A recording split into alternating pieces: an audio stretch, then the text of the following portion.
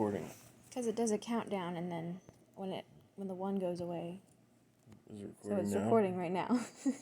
Oh, and what's douche breast that want besides criminals out of jail?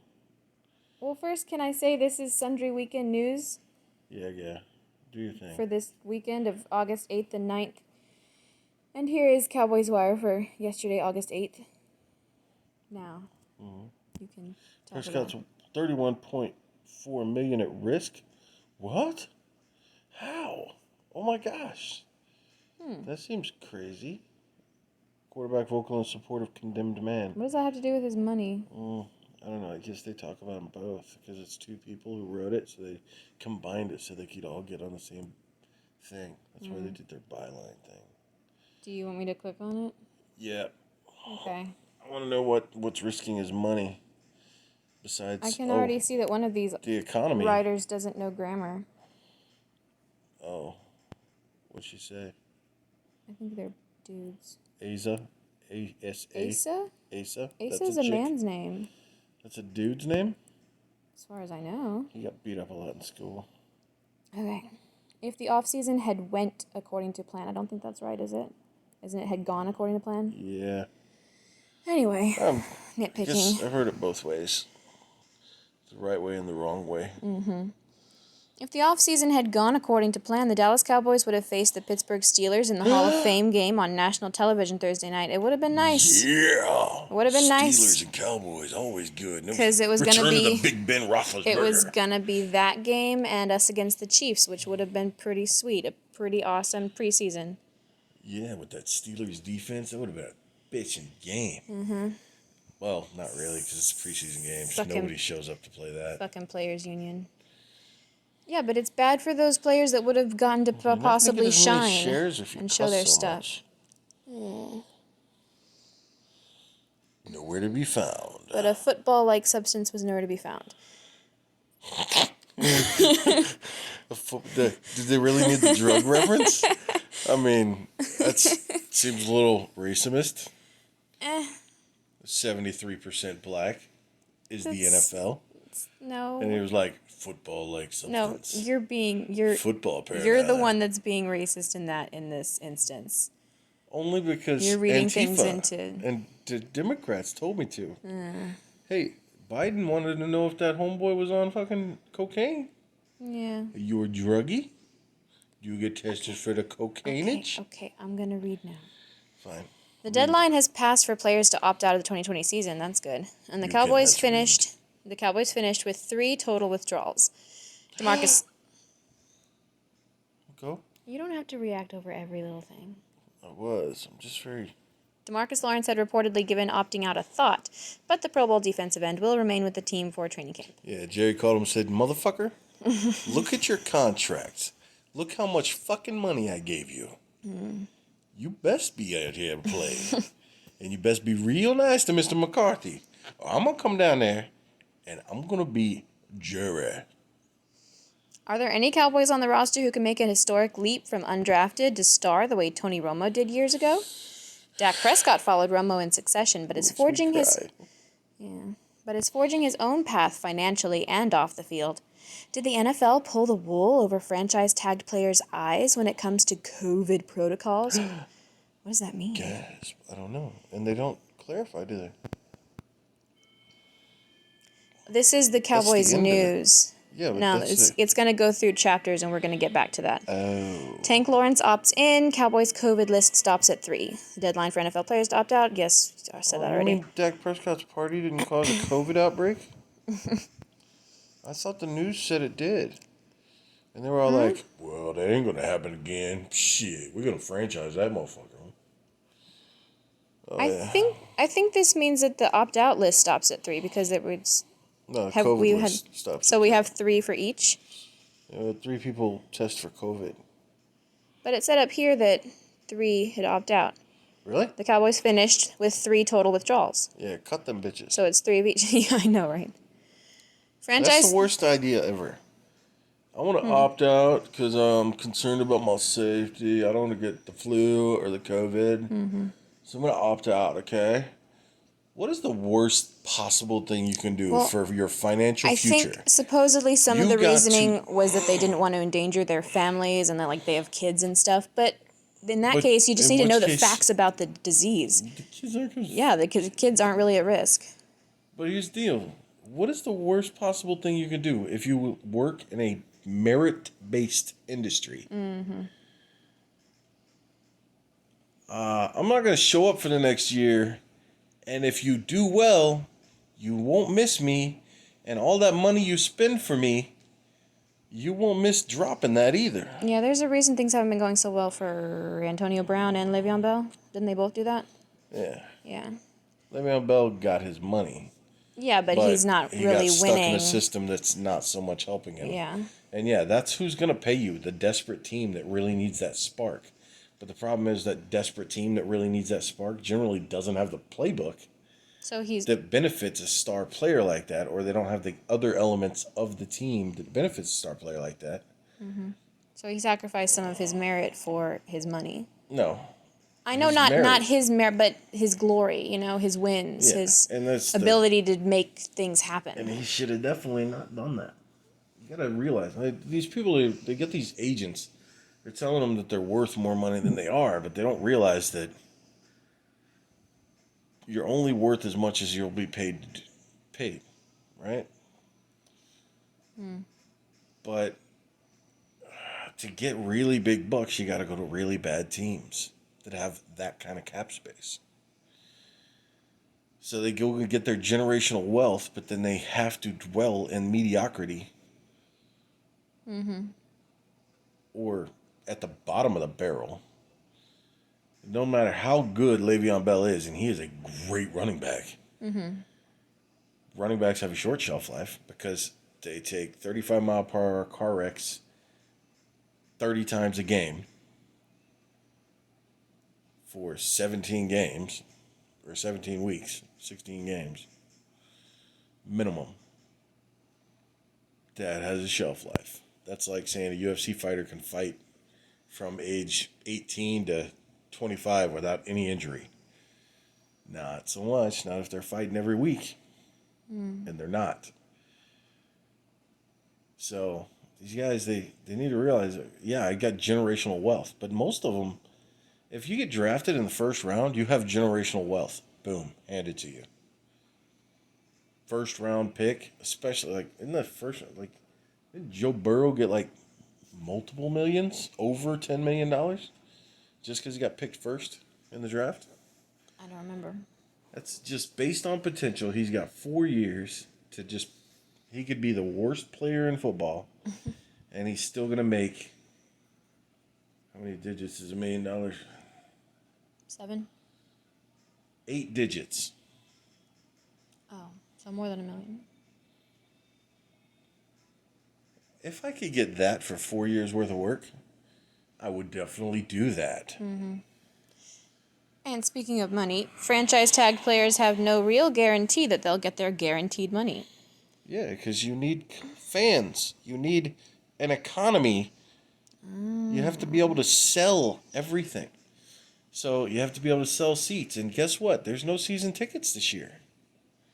Well, the Cowboys still are the most expensive, the most valuable Most valuable franchise. They're not the most expensive franchise. I changed it. I most changed expensive it. would be the Chargers, I think.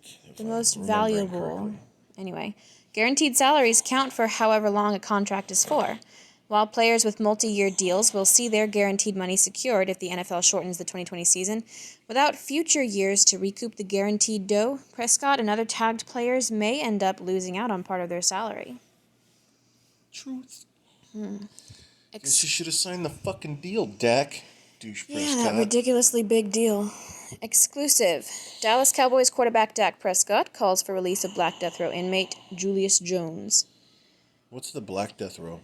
Is there there's just a Black Death Row? It can't be just, I mean, is there a White Death Row and a Black Death Row? The way you're saying Death Row makes me think that would make a good name, like Jethro, only Death Row. Death Row Toll. Death Row Toll. He dead. Prescott broke a multi-year silence on divisive issues earlier in the summer when he came out in support of the end of police brutality and racial injustice. Multi-year silence on divisive issues? Oh, so ever since he's been famous, he's just kept his mouth shut. He was smart for a while. Because George Floyd died of an overdose. Because a criminal died. Because a criminal died. Oh, that's police brutality, even though that dude is so getting off. Mm-hmm. All of them are getting off. As soon as that body camera footage came out, the transcripts were already bad enough to show. And that's not to say that police brutality does not exist and should end, but there's really not that much racial injustice. Let's think about it. There's pretty much no racial injustice. There's less than 1 million cops in the country. It's all imagined and blown out of proportion. There's like 10 when million there's tiny little molehills. And of those 10 million arrests, last year, anywhere from 9 to 14, depending on where you get the number, ended poorly for an unarmed black person. 9 out of 10 million. 14 out of 10 million. Mm-hmm. I mean, come on. Now he's joined the fight to right a perceived wrong with questionable evidence, sentencing an Oklahoma man to his death. Questionable evidence. It's so hard to get people sentenced to death these days. How can there possibly be questionable evidence? That dude was like late 70s. He's been there for a long time. Okay. And quite possibly I don't understand he was why not even there when the murder happened. Death sentences last so long. Because the appeals process is too lengthy. I think that, and in his case, since there was no like eyewitnesses, that appeals process is going to take a shit ton longer. But I'm with Ron White on this one. If you got 3 people saw what you done did, hey, skip the appeals process. If you have 3 people. But that's not the case in this case? No. Okay. This dude, he might not have even been there. I don't know. They had a documentary on it. And it's compelling evidence, but they did a documentary on that, what's that, to find a killer or find a, to catch a murderer? To catch a killer? What's that Netflix thing? They had compelling documentary on that, but then I actually looked into it and turns out, oh yeah, that motherfucker did it. Straight up. That's no, like, circumstantial evidence this, circumstantial evidence that. No, there's a lot of stuff they omitted from that To Catch a Killer, or Catch it. That sounds right. Catch a Killer? I don't know. Anyway, from that documentary that was like, oh, the cops were shady. No, you actually look at the actual evidence and the actual investigation, and any reasonable person is like, yeah, those motherfuckers did that shit. But again, you're not talking about this case. No, that guy, he might actually be innocent because it's Oklahoma, and it was Oklahoma in the 70s, and that's like Texas in the 70s. If you got rural enough, the black guy did it. That was just the way it was. I mean, that shit changed a lot once, I think it's cocaine might have turned the tide on that. I don't know. Something happened in the 80s, or no, that was just all the old guard, like all the oldest cops just retired. So you had people who grew up in the 70s or grew up in the 80s, and they started taking over all the police departments, and all that just dwindled away. All that old guard shit. The guys who've been sheriffs since 1922. So what you're saying is racial injustice pretty much ended decades ago. No. I'm saying that only Democrats are racist now. Dallas Cowboys tweeted... And they admit it. With a picture that said Media Day and fire. Who's that homeboy with the long hair? Fucker I don't know. Cole Beasley. I was thinking he looks a little like Cole Beasley. A little like Cole Beasley? Why are you gonna knock on his size now? I'm not. Could be big like Cole Beasley, but Cole Beasley's not big. This dude over here looks scary. I miss Cole Beasley. Who's that? I don't know. Oh, that's Ha Ha Clinton Dix. Oh, Dix. Okay. Ha Ha Clinton Dix. We've made fun of his name for years, and now he's a cowboy, and yeah. I love it. I could see the Dix part, but I couldn't remember Clinton Dix. I couldn't remember what could go before Dix. Clinton Dix. Yeah, he's scary looking. He's probably... Yeah, he's a beast. He is a scary looking motherfucker. Okay. 2020 NFL predictions. Cowboys and Steelers among 2019 non-playoff teams who will make it in this year. Every year, multiple non-playoff teams from the previous year go on to make the playoffs. Follow the link to learn why the Cowboys are one of the most popular picks to bounce back and make the postseason in 2020. I don't see that for the because Cowboys. We have a great team. Okay, well, we have a shitty quarterback. He's we not had the Cowboys. shitty. Okay, we had the Cowboys. No injuries. Yeah. Firing on all cylinders. The number 4 offense in the land. Firing on all cylinders, no injuries. Aren't we ranked higher than 4 this year? And we could not... No, last year. Yeah, but this year, aren't we ranked even higher than 4? We haven't even started this year. Yeah, but predicted. Yeah, we're predicted, yes. But at the same time, last year, win or go home, win or go to the playoffs, we had the number 4 offense with no injuries. Well, by the time we got to the end of the season, I don't think we had the number 4 offense. We did. What? Overall, at the end of the season. That's crazy. Our Real record. Talk. Our record sucked because we didn't have a quarterback who knows how to win games. All we had to do was beat Carson Wentz. That's what I've been saying. All we had to do was beat Carson Wentz and the Eagles. He has good stats, but he doesn't actually produce much. We get into the playoffs. That doesn't mean that he's shitty, though. By beating Carson Wentz and the Eagles. And the Eagles had Carson Wentz, a few lawn chairs, and maybe a sofa. Everybody else on that team, that injury bug hit that team so bad that they had almost no stars. And yet, they beat the shit out of Dallas and went into the playoffs to lose in the first round. We could not even beat that team with all of our guys healthy, except for Van Der Esch. But that's defense. Reggie Robinson, perfect fit as Cowboys secondary works to figure out identity. I already read this. Yeah. Steelers are definitely going to the playoffs. They have a quarterback this year. The Cowboys' 2020 draft class was loaded with talent and value. One of the more overlooked draft picks, Reggie Robinson, has a serious chance to contribute as a rookie and beyond. Learn more about the Cowboys' new defensive back from Tulsa. I want to talk more about the Steelers. I don't give a shit about the defensive back from Tulsa. I give a shit about our defense. So do you. Yeah. I give a shit about the Steelers' defense that almost got into the playoffs last year without a quarterback. And I think Duck Hodges should definitely be Babe's backup. And I think that,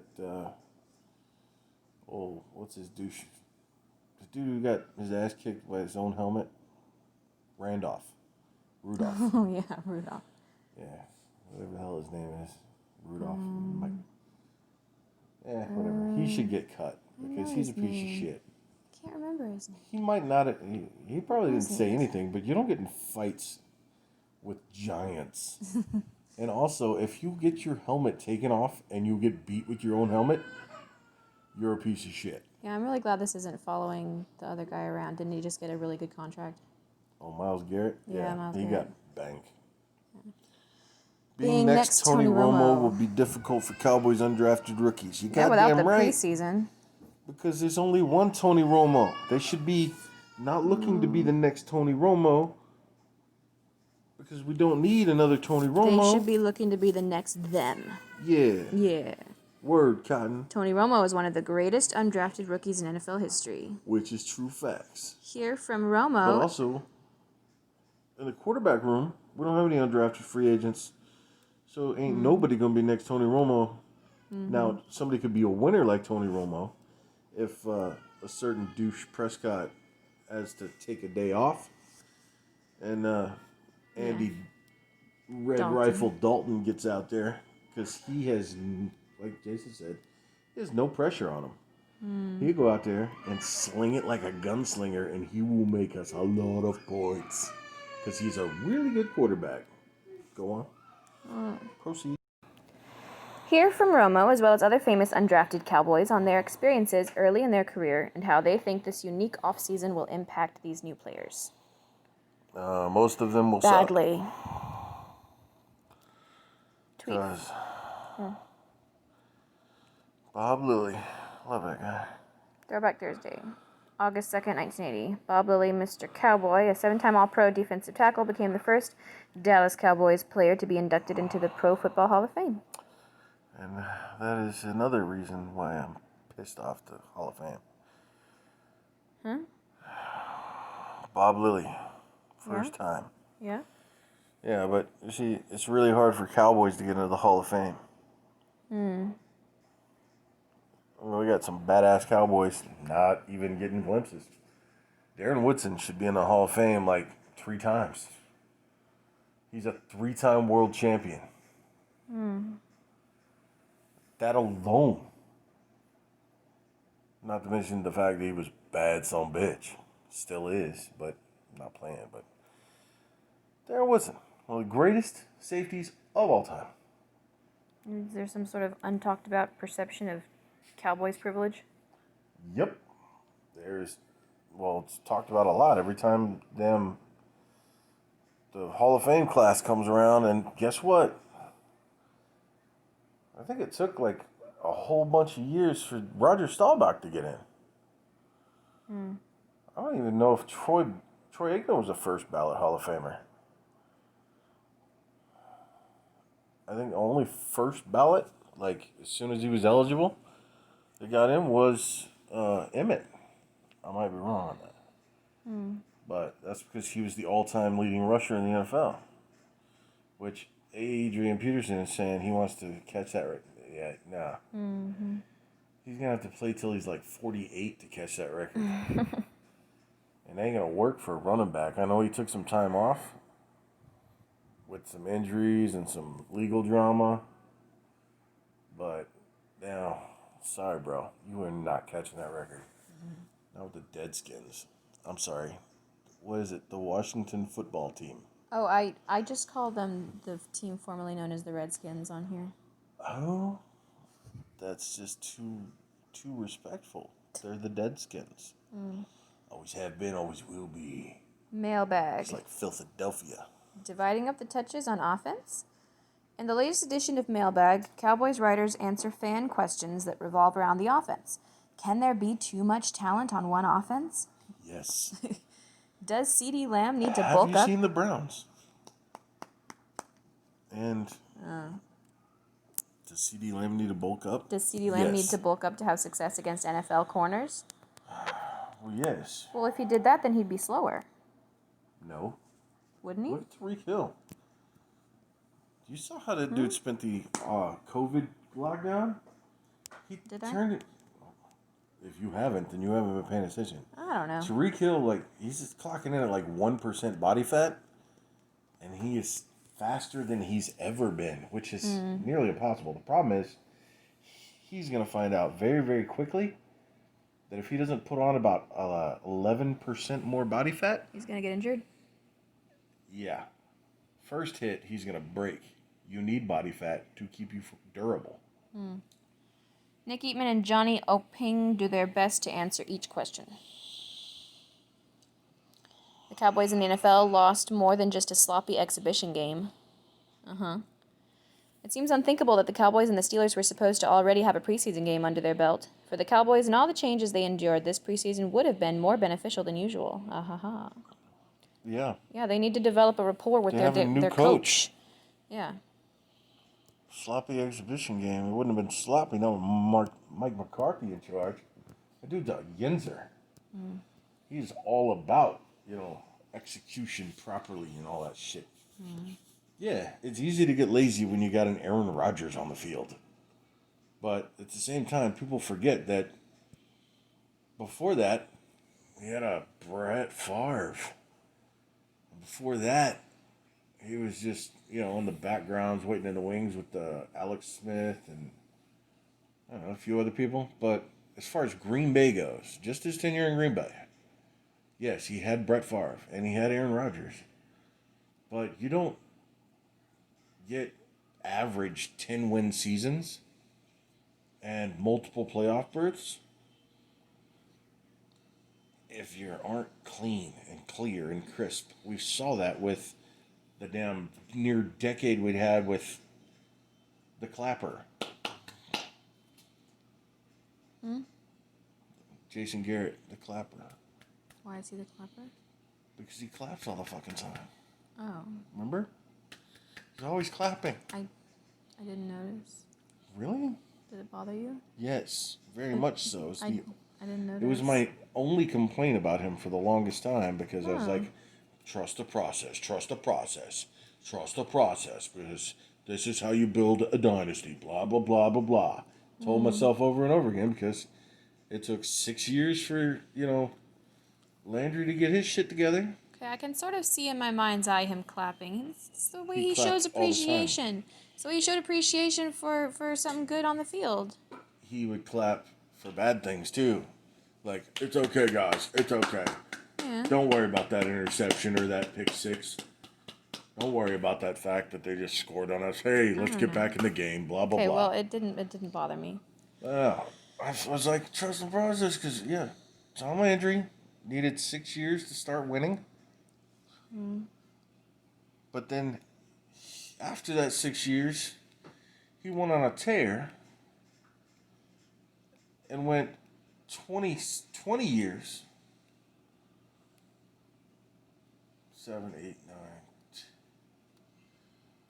Over 20 years without a losing season.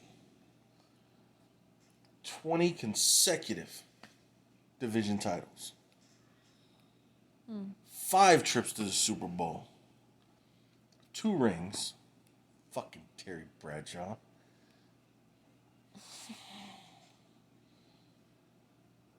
Why do you think I don't like the Steelers? Why?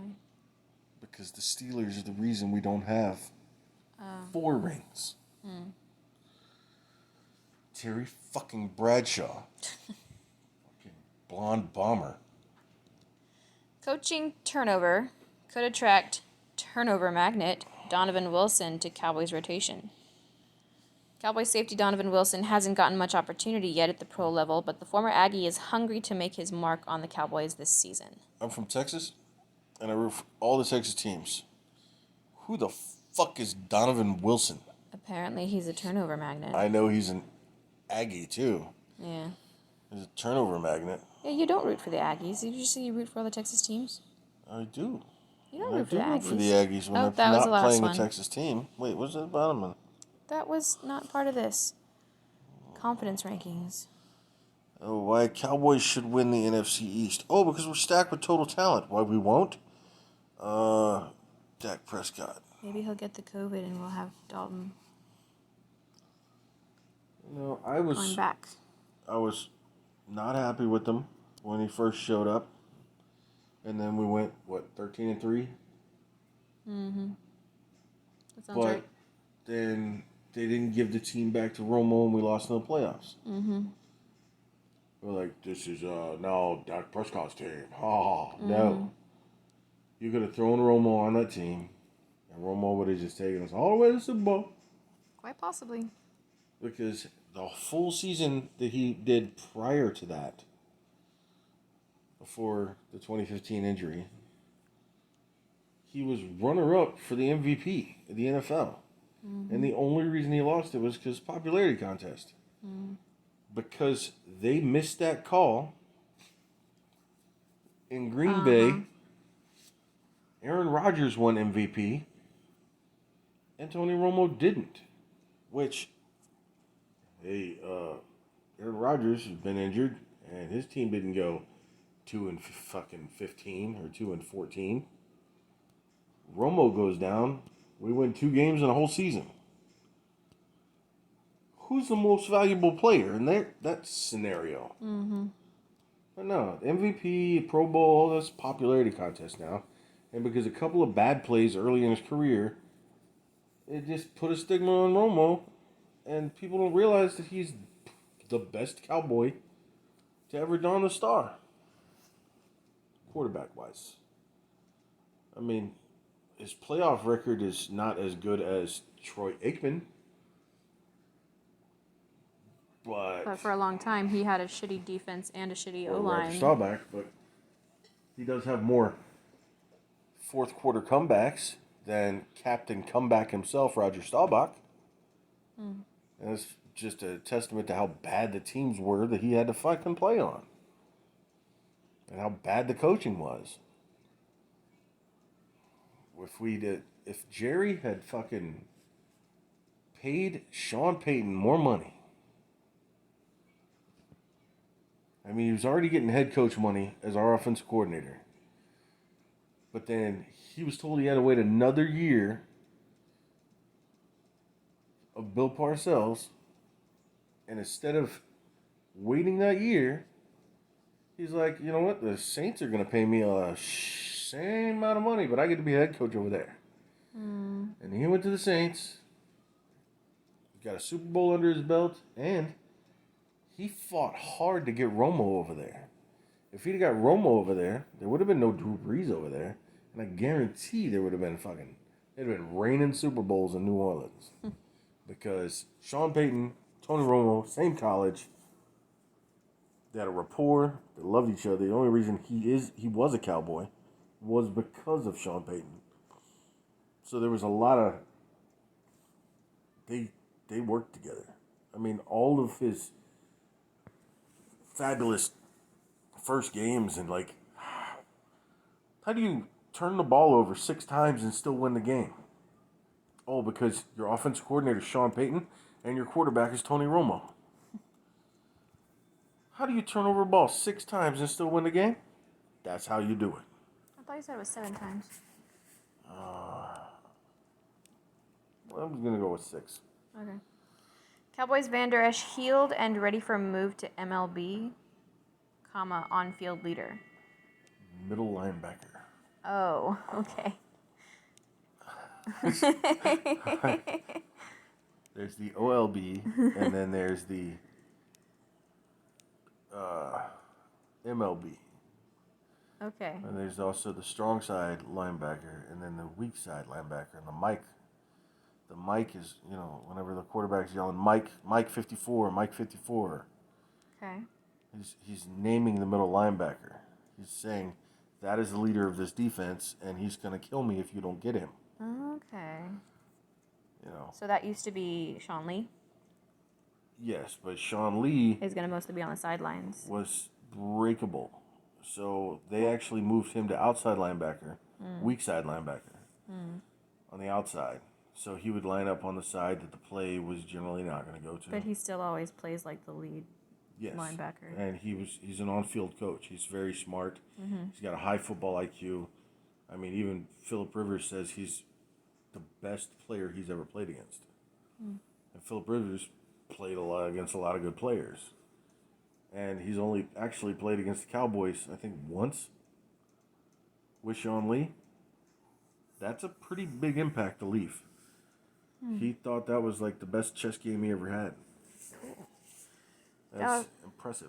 Dallas Cowboys linebacker Leighton Van Der Esch had a picture-perfect rookie season as he finished 3rd in the NFL in tackles and received a Pro Bowl nod. Yep.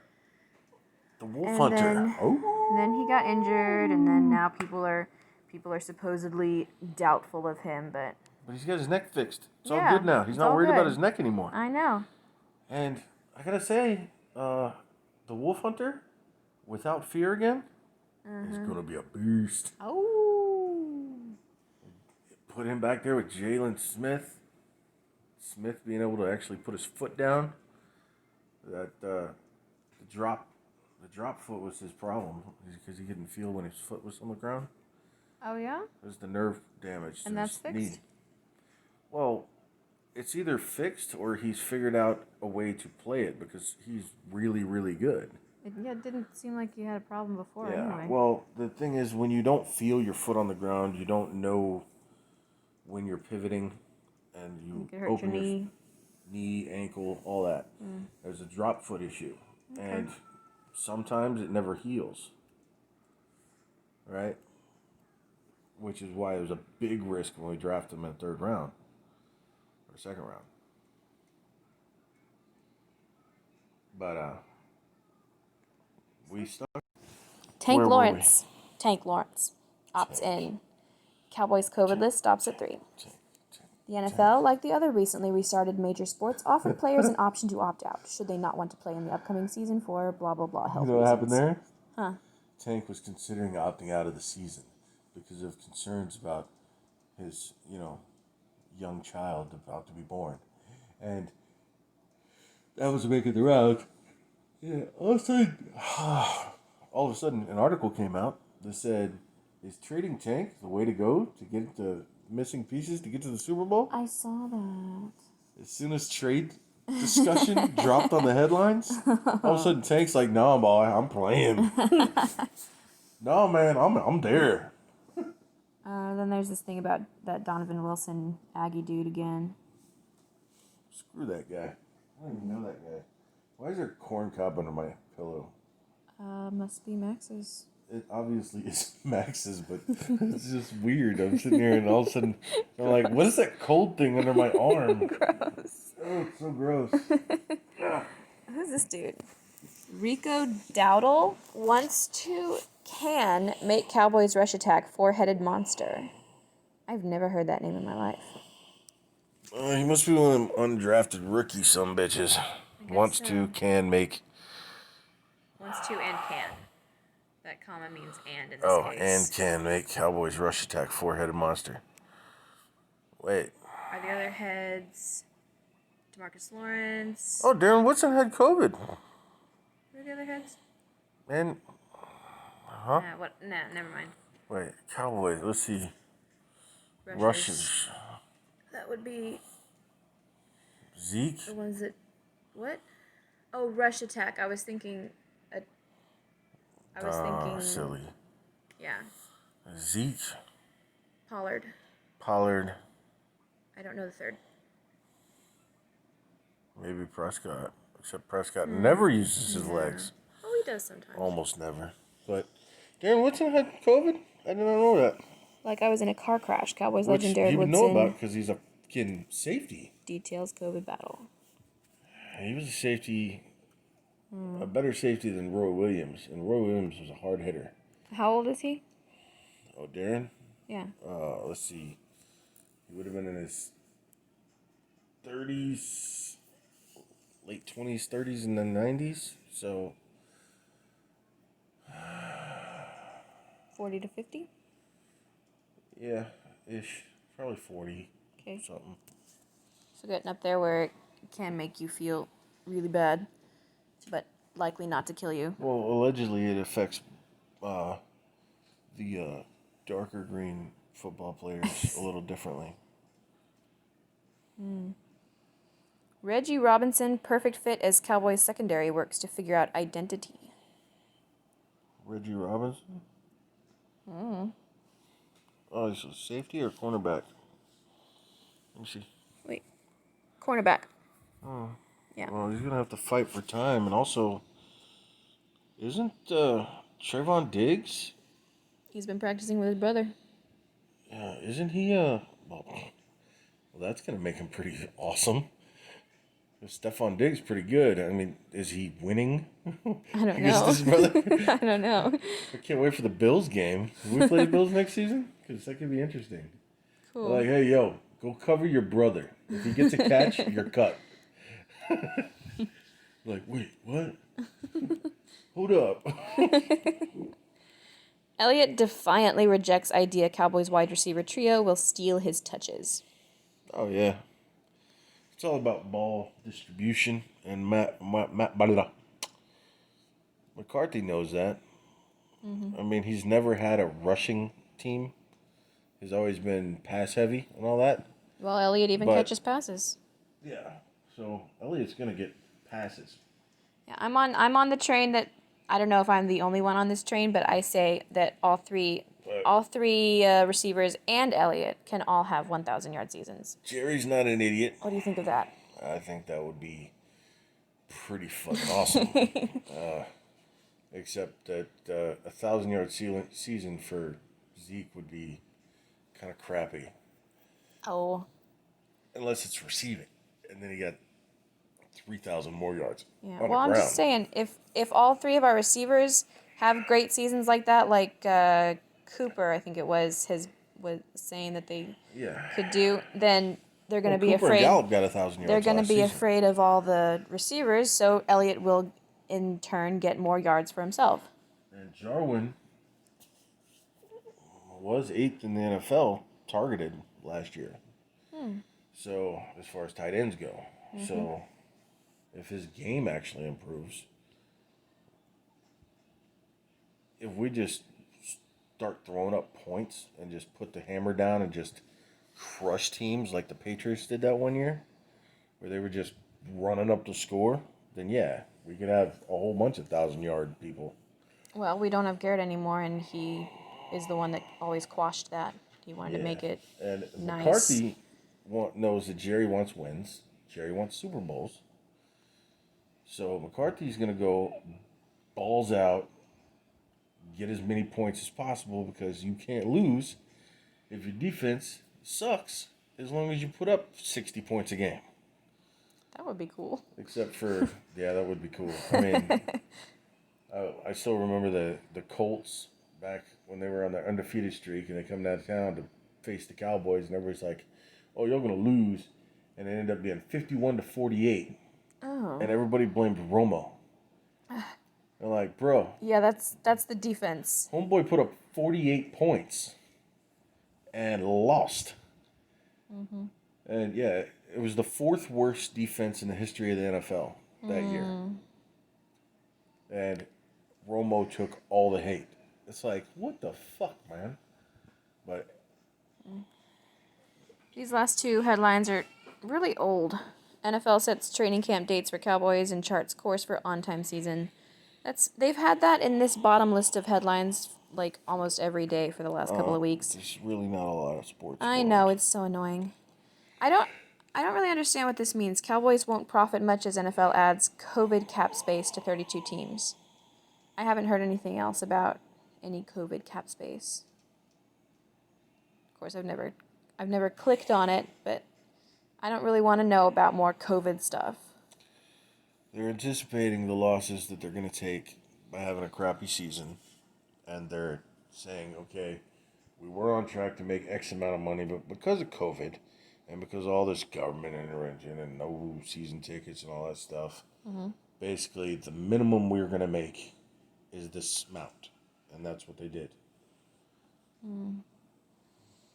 I'm gonna skip on over to the Cowboys Wire for today, Sunday.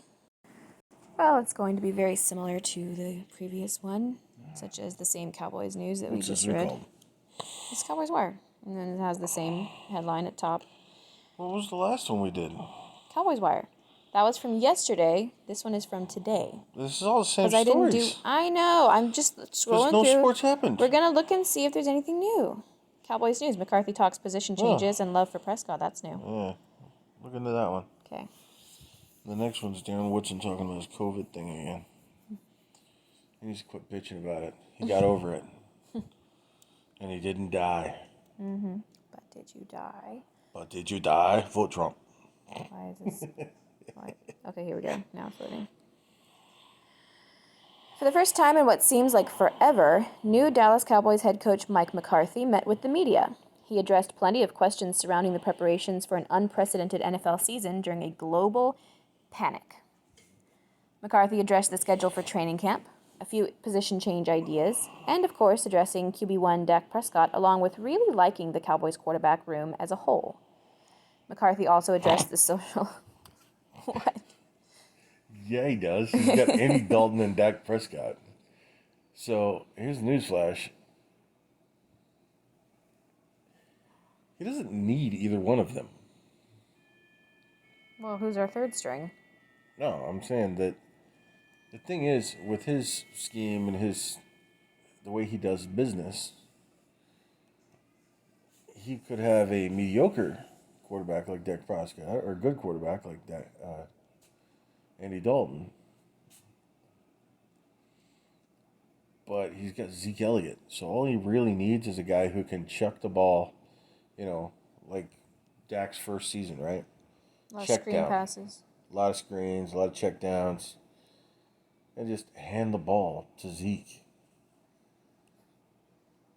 He doesn't need a good quarterback. Well, but Dak is also good at the fake. At the fake handoff. Same time.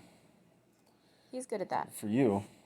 But, and most defenses on the field. Yeah, that's the way he's saying. He's like, you know what? I like Dak Prescott. It's all good, but he's like, that dude is totally not the future of the Cowboys because that dude didn't even want to learn my damn offense. Yeah. But bet you Andy Dalton, first day, he's like, hey, I'm going to continue. He called up old Mark McCarthy. He was like, hey, bro, why don't you send me that playbook? He called up old Kellen Moore, like, hey, you send me that playbook. Bet you Andy Dalton already knows that shit, hands down. Whereas Dak Prescott's still out throwing parties. We'll see. Yeah, we'll see. McCarthy also addressed the social justice issues in the NFL. Yeah. Because there's a lot of those. There's only Yeah. what you make up. 73% black. And in the world, as he told, men mostly millionaires. Oh, my oppression. And in the world, as he told everyone, take a step back and listen. Whatever. Listen to what? LeBron James tell me that he doesn't want me to watch the NBA because I don't think that... He should be kneeling for the anthem. Yeah, I mean... 14 out of 10 million. This is a pretty good strategy in this tough, between a rock and a hard place time. Yeah, he's white, The more he steps back and listens, shit. the less he can say. He can be like, I mean, the more he steps back and listens, the more he can be like, I'm not gonna say anything. I'm just gonna listen to everybody, just because they keep forcing everybody to say things to voice support for them. You know? Yeah, it's like, tell me who stands for the national anthem. Oh, they do, and then they rag on them, and they run them in the dirt, and then they celebrate when they get injured. Like homeboy who got his Something Isaac. I don't remember his first Yeah. name. ACL. ACL tear. Isaac Joseph? No, Isaac was the last name. Jonathan Isaac. Jonathan Isaac. That sounds right. Yeah. Second highest selling NBA jersey. I kind of wanted to buy one too. Maybe if he hadn't gotten injured, he would have ticked up above LeBron James's. No, I'm pretty sure the only reason he jumped up that high was because he stood. Didn't matter that he got injured. Yeah, pretty I'm sure saying his if he had jersey been able sales are still to, gonna if he had been stand. able to keep playing and keep standing, then maybe the jersey But sales. that would right there should have been a hint to the NFL, like, hey, Yeah, well. this guy who's like not so much LeBron James is now rivaling LeBron James in popularity because of one thing that he did. Surely, as time goes on through this playoff, it's just playoffs, right? Because they already did the season. Surely, as the time goes on, they're gonna sort of back off a little bit. Maybe they'll stop putting Black Lives Matter on the courts. Yeah, I think like I'm that. pretty sure they're gonna do that starting tomorrow, when all the ratings come in for this weekend, and they find out that the PGA Golf Beat them. beat them. Probably did. You were watching golf, dear. Yes, I know. You were watching golf. It was nice to listen to. Plus, I was giving them my viewership. It was live, so that should count, right? Yeah. But at the same time, it's like, what the frog, man? Golf beats the NBA. I don't even care about the Spurs anymore because Papa bitch is a douchebag. I think he said something recently that I actually agreed with. I think it was on like a different, maybe something about. Is he on medication? No, I think I read that he wasn't gonna kneel. Oh, why not? He's got bad knees. I'm not sure. I don't remember. Where was I? The Cowboys Wire player profiles continue with an idea that the Cowboys running back room could be crowded. Leighton Vander Esch is feeling better than ever and is ready to make the changes needed to stay healthy in 2020. Amari Cooper's bold claim should not be laughed at, according to some media members. Who's laughing? 1,000 yards for 3 receivers? That's not too bad. 3 receivers each. What's wrong with 3? Yeah, exactly. All they can do is go out and catch the ball. How hard can that be? McCarthy on position changes, injuries, and more. Mike McCarthy met with the Cowboys media and covered everything from the start of camp operations, possible position changes for Leighton Vander Esch and Chidobe Awuzie, a few injuries. Chidobe Awuzie. It's Awuzie. I know. A few injuries, and waxed profusely. Waxed profusely. I don't think that's the about his starting quarterback, Dak Prescott. When you put profusely there, that's not the correct usage of waxed. He waxed lyrically.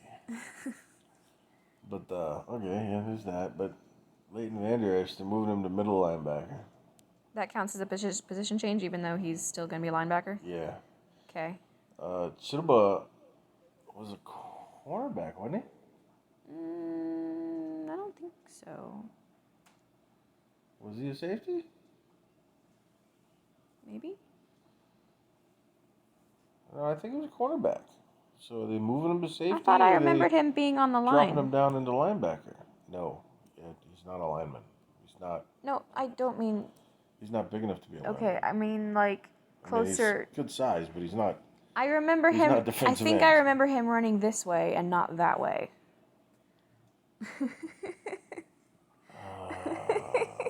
Some days... I wonder if you watch the same football game. I know defensive positions a little bit less well than I know offensive positions. I know you're the new rookie, or new fan, but we got to work on the defense, honey.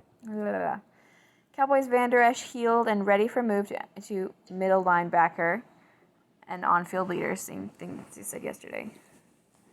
Coming off a serious neck injury in 2019, Leighton Vander Esch says he feels better than ever and is ready to make all the necessary adjustments to lead the Cowboys linebacker room in 2020. But didn't say anything about Chidoba? No, that was the end of that. It didn't say anything else about him. Just possible position changes for... Let's scroll up. There's a video. And then there's Vander Esch all by himself, talking about the move. Yeah. So he could talk about it twice. Yeah. But not Chidoba. I don't know. Cowboys rank best in NFC East at 5 of 11 position groups. That's it, just 5? The NFC East is going to be a wild ride in 2020. Find out which categories the Cowboys rank number 1 in. What are they? Oh, wide receivers. Duh. And I don't have rushers, to click on that to know that. too, right? And linebackers. Oh, no. Saquon Barkley? And O-line. Oh, yeah. So, O-line, rushing, maybe? Probably. We have Zeke. What do they have? Receiving. And linebacker core, that's 4. Defensive line? Maybe. Tank's not that good. I mean, he's good. But do you remember how many tackles he had last year, 2 years ago? Yeah. But in his case, I prefer to see sacks. And let's face it, Robert Quinn got on them last year because everybody's afraid of Tank. And now Robert Quinn's gone because he got bank money to go play for the Bears. Jalen Smith is good at sacking, right? No. He got sacks. I remember he had sacks. He got lots of sacks. Whatever. He had sacks all the time. Shut up. Dallas Cowboys cornerback Darryl Worley shared a view of his locker on Instagram, number 28. Those bastards. I should have retired that number. Nobody cares. Move on. Like I was in a car crash, Darren Woodson. Real number 28. Find out what one of the best safeties in Dallas Cowboys history feels about dealing with COVID-19 we already did that. during this panic. Stay focused. Yeah, but this is new words. Hey, what's this? Cam Jordan's Stop right about touching. the Bucks. Cam Jordan's right about Bucks NFC South race, 5 breakout DBs. A massive article on NFL.com features on some of the bigger topics headed into the 2020 season. Amari Cooper should be taken seriously about his 3 1,000-yard wide receivers claim. Actually, Cam Jordan, isn't he Saints? And he's the one that said that the Bucks are just are fighting for second place. I think that's going to come down to how well the defense is, because Michael Thomas by himself is not better than Godwin and Mike Evans. But also they got 2 badass tight ends, and Gronk and O.J. Howard. I think it's Howard. We'll see if Gronk is still really good. So they got 4. We'll see. Gronk is giant We'll and see. fast. So all he has to do is run and stick his arms up. Like and Jason the ball Witten. will fall into his arms. So he's going to be just like Jason Witten? No, actually, people say he's better than Jason Witten, but I disagree. But Gronk is like a giant. Yeah, Gronk, he can't not be good. unless he drops the ball every time it's thrown to him, which I seriously doubt is going to happen because if that happens, then he will no longer be on the field because Brady will no longer throw the ball to him. Mm. Brady will not throw the ball to somebody he doesn't trust. Mm-hmm. Well, that should be the case for all quarterbacks. Is it not? It's not. That doesn't make any sense. I know. Some people just about that paycheck. But, let's see, they got 4 nice receivers, and they got a decent running back room. I think they got a 3rd wide receiver who's pretty decent, too. Can't remember his name. Okay, well. So, yeah, the Bucks versus the Saints, that's going to come down to defense. And I think the Saints have the edge there overall, but the Bucks are more known for their defense. Of course, the Dolphins. The Dolphins are the team to watch in Florida because they went from super shitty to having like the 5th best defense last year. So now that they have another quarterback, but now that they've had a chance to like grow and they get a breakout with Parker at wide receiver, and Ryan Fitzpatrick is just dropping bombs. I think the Dolphins might be scary this year because they dropped all the dead weight. They've got a bunch of young guns. Everybody's going to know the offense in the second year. And they were already just pointing up. So I think the Dolphins might be the team to watch there. Dolphins might be the Florida sleeper team because, was it Flores, the coach? I don't know. He comes from that Saints school of, or that Patriots school of hard knocks, like the Bill Belichick method. And I think he's the only one out of that class that's actually been able to execute it. Because, does that include cheating? No. Oh, actually, no. I might have gotten that screwed up. But I know that the Dolphins are a sleeper team, but I think the defense, what I was just talking about with the defenses, is Todd Bowles the defensive coordinator for the Bucks? I don't know anything about Florida football. I think the Bucks went from like being a really crappy defense to top 5 defense last year, which is kind of hard for me to understand because they let a lot of points out because of the Saints. But I think the only people that really could score on them were the Saints, and that's because Sean Payton is a fucking beast, and Drew Brees can still sling it. I think Drew Brees is going to still sling it until Tom Brady can't sling it anymore because he's pissed that he never gets any love, ever. And he's like the all-time yard leader right now. And touchdown leader, I think. No, yards leader, definitely. He's like, you know what? I'm going to keep this one for me. I'm just going to keep playing as long as he's playing.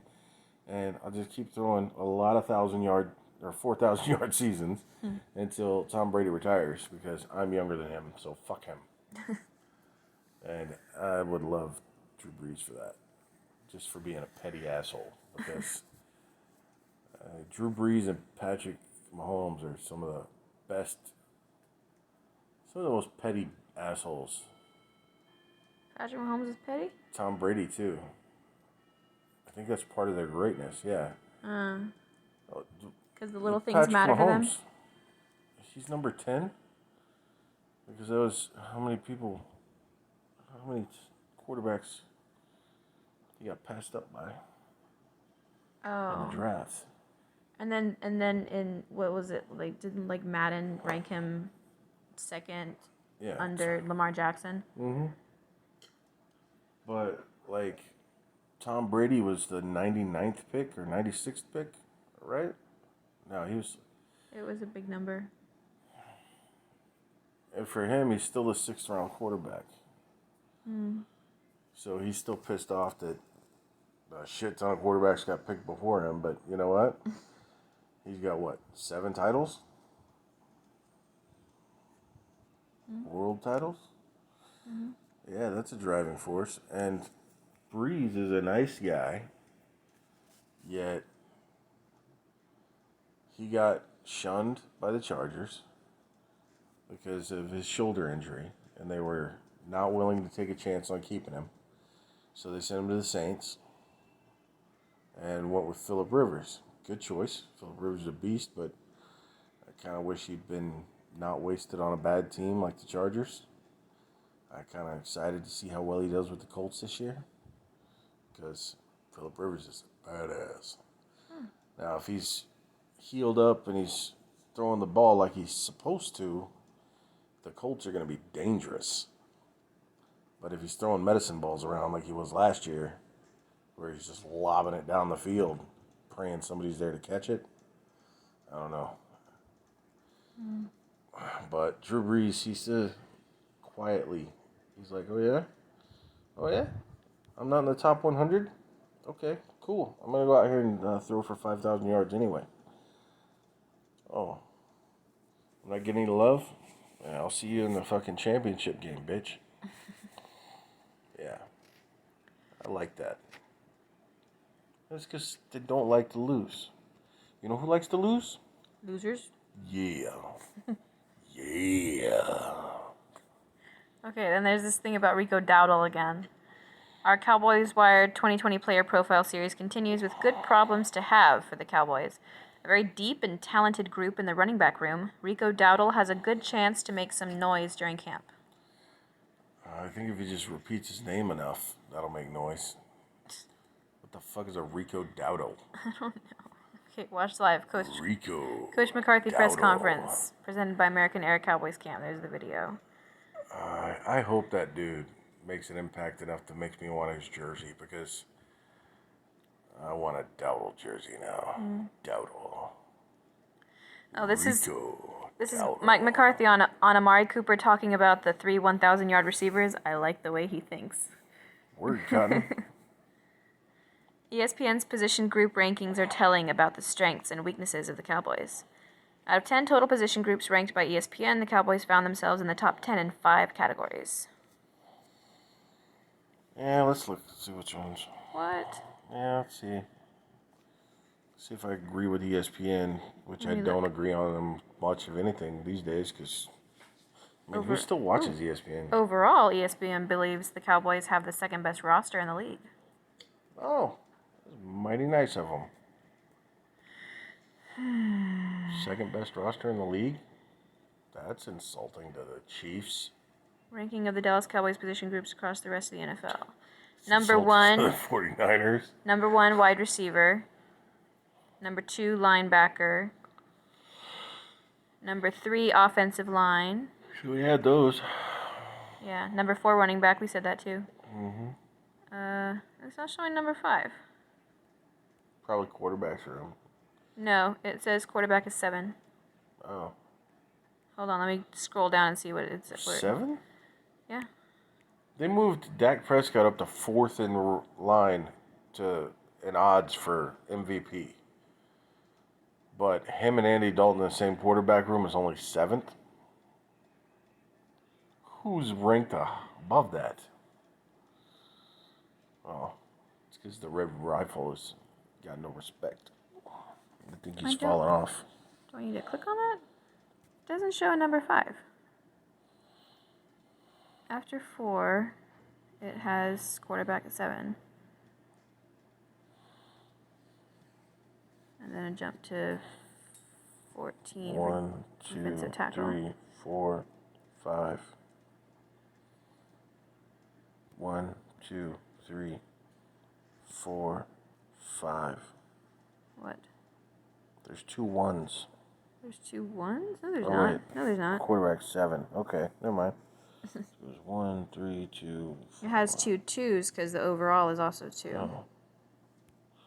So maybe that's what they're counting. Overall as the okay. Wait.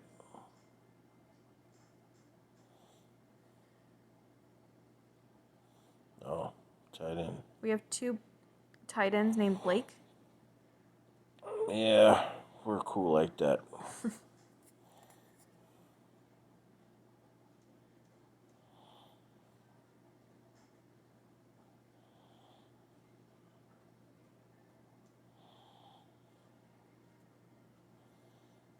Oh, Alden Smith's going to be a beast. I guess If Chidiberry's he's a cornerback. anywhere near what he was back in his prime, he's going to just... Our defensive line's going to be badass. But it actually doesn't have to be that good. All he has to do is be as good as Robert Quinn. Darren Woodson. Because everybody's worried about Tank. So everybody focuses on Tank, which is why Quinn blew up last year. Which has got him his big contract this year. So Alden Smith, everybody's going to be sleeping on him because he's been out of the league for a while. Here's another name I don't know. Chris Westry was a flyer for past regime. Will need to soar for new one. Okay. Blah, blah, blah. Tank Lawrence opts in. Yes. Cowboys Van Der Esch healed. Coaching turnover could attract turnover magnet Donovan Wilson. Reggie Robinson, perfect fit as Cowboys secondary works for blah, blah, blah. And Cowboys training camp dates. People don't like for it when Cowboys I make your videos because I take them too long. Huh? I make your videos too long, I think. I don't think anybody's ever watched. That's not true. Hold on. Let's move on away from sports to the Daily Shapiro for Saturday, August 8th. You can't do Daily Shapiro on Saturday. Why? It's disrespectful. He doesn't work Saturdays. Meh. Trump trolls media. He's a Jew. I know. Let him. Trump trolls media for complaining about packed room with COVID guidelines. It's a peaceful protest. That was hilarious. I hadn't heard That about was that. so awesome. I was like, they're like, the reporter's like, rah, about the COVID stuff. And he's like, well, it says right here on this thing, there's a specific exemption for political things and protest. And you could call it a political thing, but this is a peaceful protest. So That's funny. I was laughing. Police. Rape suspect gets released from jail over COVID, allegedly murders his accuser. And then killed More himself. than allegedly. No, he's not dead. I thought he killed himself. Oh, he's in the hospital. Oh, he shot himself. Okay. But no, those lawyers' rates just went up because the COVID thing happened, and they didn't even make an attempt to work with the prison. They just found a loophole to find a way to get their prisoner, their client released. So the only person who's really not the smart guy here is the judge who said yes instead of no. Because they had him locked up without bail for a reason. Because he posed a threat. So his lawyers went out and did what lawyers do, and it's their fucking job. And instead of the judge saying, no, you're out of your fucking minds, he said, yeah, it's cool if this alleged rapist goes out instead of getting COVID. And now there's a body with like 5 holes in his head. Congratulations. Judge, good luck sleeping at night. Yeah, it seems like sometimes the process for becoming a judge should be a little bit more stringent. Well, maybe judges should I do like the should do elected some. part, but my problem is that usually it's just a fucking lawyer who got tired of being a lawyer, so now they're a judge. Judges should get judges some should sort be- of cognitive testing and like take the bar every year just to keep themselves sharp. Oh, well, I think judges shouldn't be limited to being lawyers. They should be like, be law enforcement, something like that, or just your average Joe. Because Well, the if it whole was somebody point, other than a lawyer, the then whole they would still need to learn all the law, is no, not really. wouldn't they? No, they're judging. So they get the law right in front of them. This is the letter of the law. They read the law, right? Okay. Does the state make the case that this has happened. The violation of this law has occurred. Mm-hmm. Does the defense make a compelling case that it did not occur? Hmm. That doesn't require a lawyer. That requires somebody with reading and comprehension skills and the ability to listen to one side, listen to the other side, and make a call.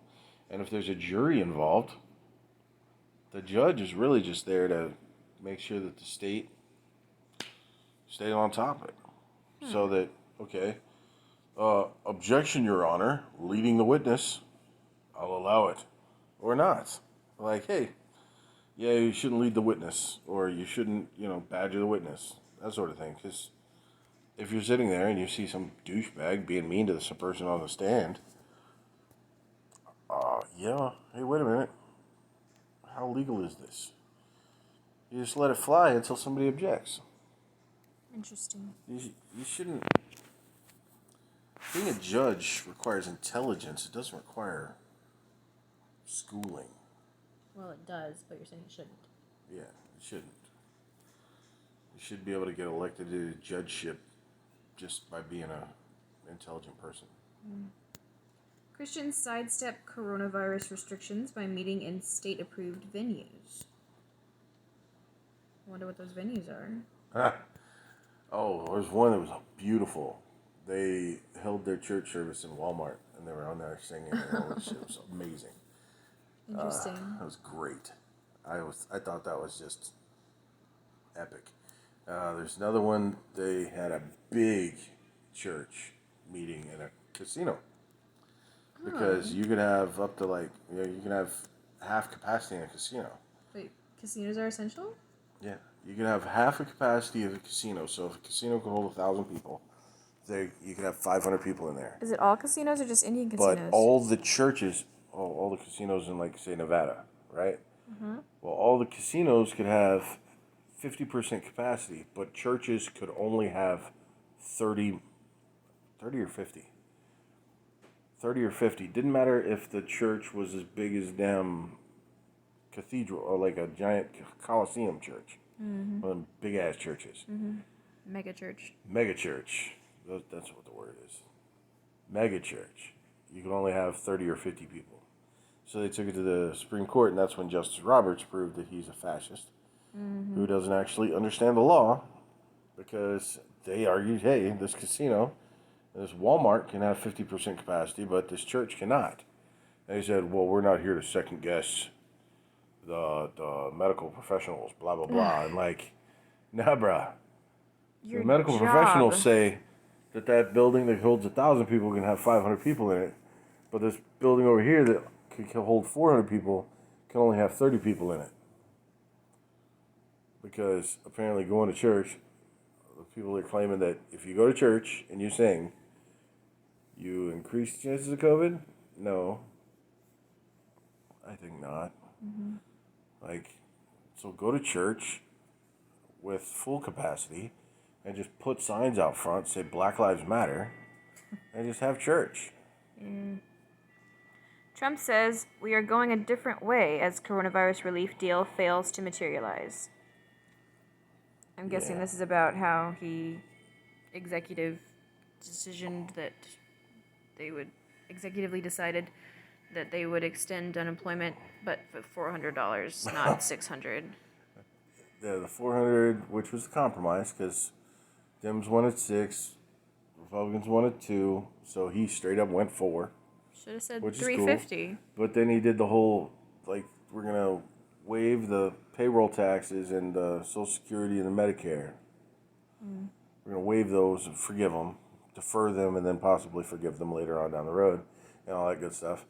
And so the Dems were like, if he gets reelected, he's going to do away with Social Security, which I'd be down with. But he never said that. Oh, he's going to do away with Medicare. No, he never said that. But then they're dogging him on this, but then they don't realize in 2012, Obama did the exact same thing, and they called it a great victory for him during his election year. Oh, everything Obama did was a great victory. Don't you remember? The exact same thing. All these people that are against it now were straight up, even Nancy Pelosi took the whole Republican route and said, well, these tax cuts will pay for themselves Because it'll put more money in people's pockets, and they'll be able to put more money into the economy. I'm like, wait a minute. So you tell me that that's true then, but that's not true now. Man, they should have just voted her out when she died. I think she died in 2012. When are they going to vote her out? Is she going to die in office? She did. In all seriousness, I wonder if they are ever going to In all vote her seriousness, out. she did. She died in like 2007. Yeah, do you think Ruth Bader Ginsburg is already dead? Oh, that bitch is dead. Yeah. Do you think his hair has gotten paler? Yeah. He doesn't dye it anymore. Oh, he So dyed it's- it? Yeah, it's not blonde anymore. So it's not that the job is aging his hair? No, he doesn't dye his hair blonde anymore, and he doesn't go to the tanning bed as much, so he's not as orange as he used to be. Well, that picture looks pretty orange. Yeah, he's not nearly as orange as he used to be. Okay. And he doesn't dye his hair anymore, so Well, he doesn't that's have his time for natural that gray. shit. He's Or he's debonair. social distancing. No. No? This was before COVID. From Limbaugh. Because he listens to people, and it does bother him. He's a vain man. Oh. So he's been becoming less orange and less fake with his hair color. Okay. So that people can't dog him and say, oh, it's a toupee. It can't be a toupee if it's naturally gray. Okay. And it can't be, well, if it's not orange, he can still be Orange Man Bad, but he's like off orange now. Okay, so Limbaugh says, time for Trump to smoke Joe out of his basement. Except the Democrats aren't going to let that happen. Joe's not in a basement. He's in an assisted living facility. They only let him out in the morning because he's doing sundowning. Because he loses his fucking mind as the day goes on. Yeah, well, anyway. But Limbaugh, I can't believe he's still out there. I really hope that there can Rush be... or David? I think David is the one that writes for Daily Wire sometimes. Is Rush doing okay with his treatments? I have no idea. I haven't heard anything about it. I liked Rush Limbaugh. It's sad to hear he got sick. Mm-hmm. He's the only one that was like truly stuck to his guns on like conservatism and stuff like that. Unlike Hannity, who turned on me. You know, talked a good game, and then Trump showed up, and Trump was the worst candidate. Turns out he was the best candidate at the time, or eventually. And much like Obama was the boiling water you threw the frogs in. Instead of just gradually, well, you see, you put frogs in the water and you just gradually turn up the water until they boil. They don't understand the trouble they're in until they're dead. Okay. But if you throw a frog into boiling water, they instantly know there's a fucking problem. Mm-hmm. So, McCain and Obama were pretty much the same person as far as policy and stuff. Not very good Republicans, not very good conservatives, none of that. Well, Obama was not Republican or conservative. McCain was a rhino, and Obama was a Marxist. Obama was basically the boiling pot, as opposed to McCain, who was the gradually warming pot. Okay. So now, cut to this last election. We had 17 candidates in the primary, and all of them were better. Well, at least 4 of them were better than Trump. But I think even if we gotten Cruz in, it would have been the same as with Obama or with Trump. But if we got Rubio in, it would have been a slow burn, a slow boil. It would have been quieter and all that stuff, but there would have been a lot of progress made in the wrong areas. So Trump was the boiling water. Everybody was frogs. Everybody got thrown in the water. But in this case, it all turned out well. Pretty much. As it turns out, yeah. Because it woke up more people. It woke up more people, especially to this whole Democrat thing where people are like, well, why can't we get more COVID relief, bruh? And they're like, well, we don't want to pass this Democrat plan because it's got specific wording that says that they want to do away with the voter signature authentication. Authentication. That's the word.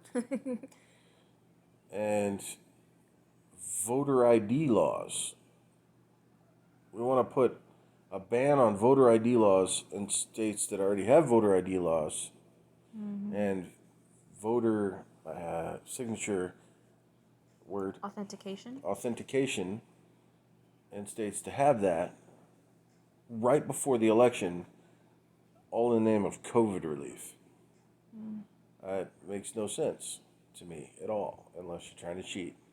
It's because we don't want the voters to be disenfranchised. You know what's going to disenfranchise voters? Not letting them go to a voting booth and vote. Mm-hmm. But proceed. Well, speaking of Biden, do you think that there's any chance that there will be at least one debate? I seriously doubt it. Because Biden is like, I want a debate. I want a debate. But all the media and all that, and everybody else is already saying, well, that's just not right, because why would you let him debate, and blah, blah, blah. They've got every excuse under the sun for why he shouldn't debate. Yeah, I know. And so they've already said it, and they've already planted the seed, so and that yet, people are going to not expect debates. And yet, if the man can't debate, how the fuck is he going to be president? They're going to twist it to where it's...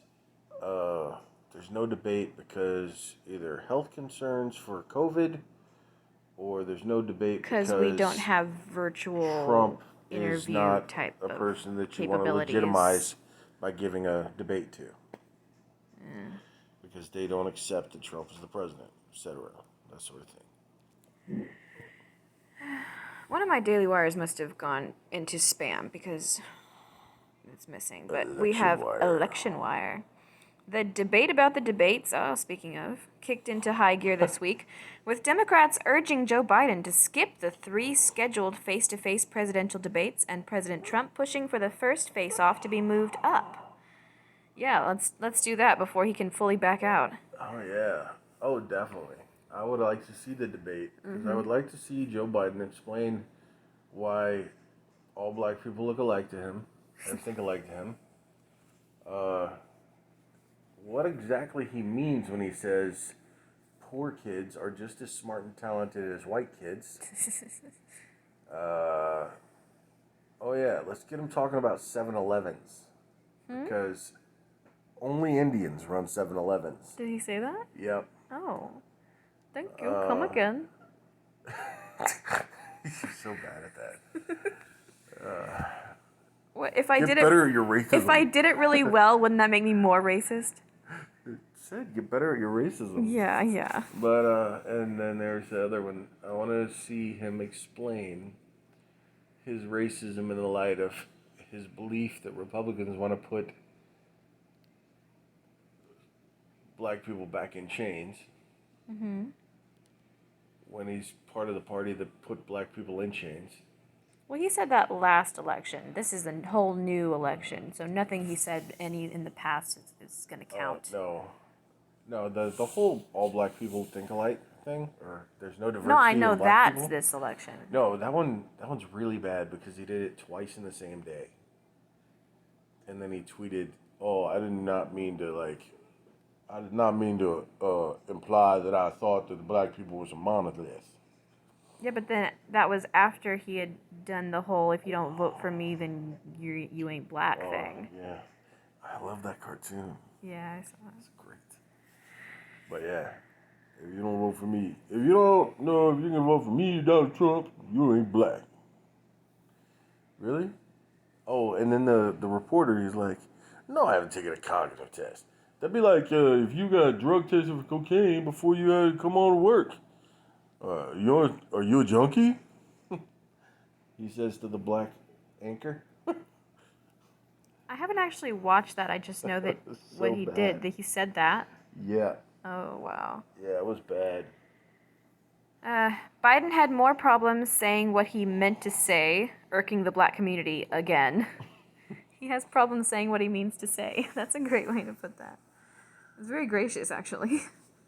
Meanwhile, Biden is set to announce he's just telling the truth because he's so lost in his dementia-addled mind that he doesn't remember not to say the truth. Meanwhile, Biden is set to announce his running mate next week. I thought this was supposed to be this past week, and it didn't happen. His running mate... next week, and the polls are beginning to tighten, with Trump finally moving up. I bet money it's going to be Kamala Harris. Yeah, I think a lot of people are betting money that it's going to be Kamala Harris. 1. Top Democrats say Biden should skip the debates.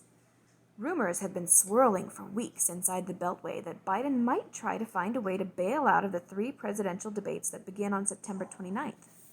Oh, it's such a long wait. It should be moved up. But true facts.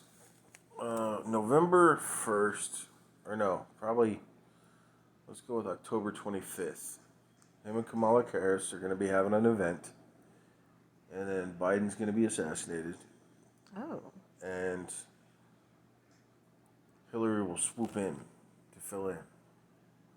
Or Kamala Harris wouldn't move up? Kamala Harris would move up, and she would get, like, Cory Booker or somebody as her running mate.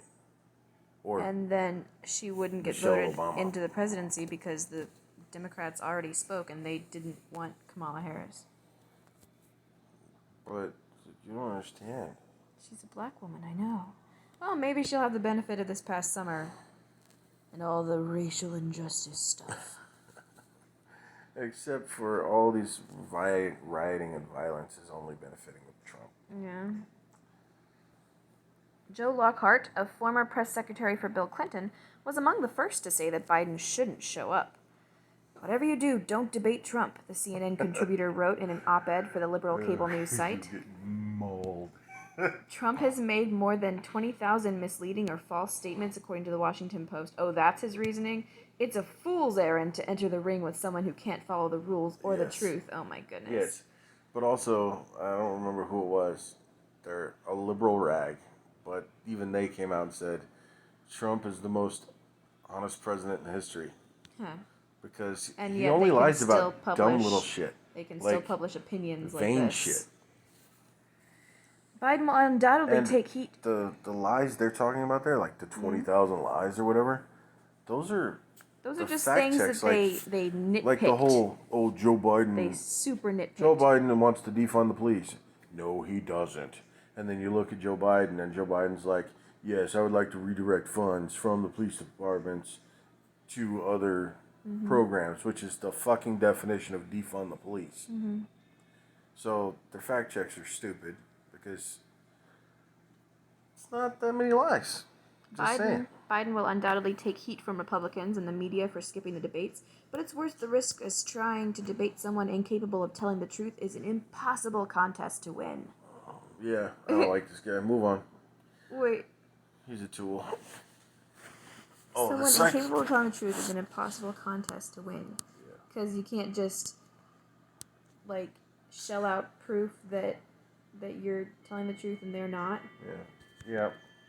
Then Zach Petkenes, a former Hillary Clinton senior advisor from CNN, that was on earlier. Yeah.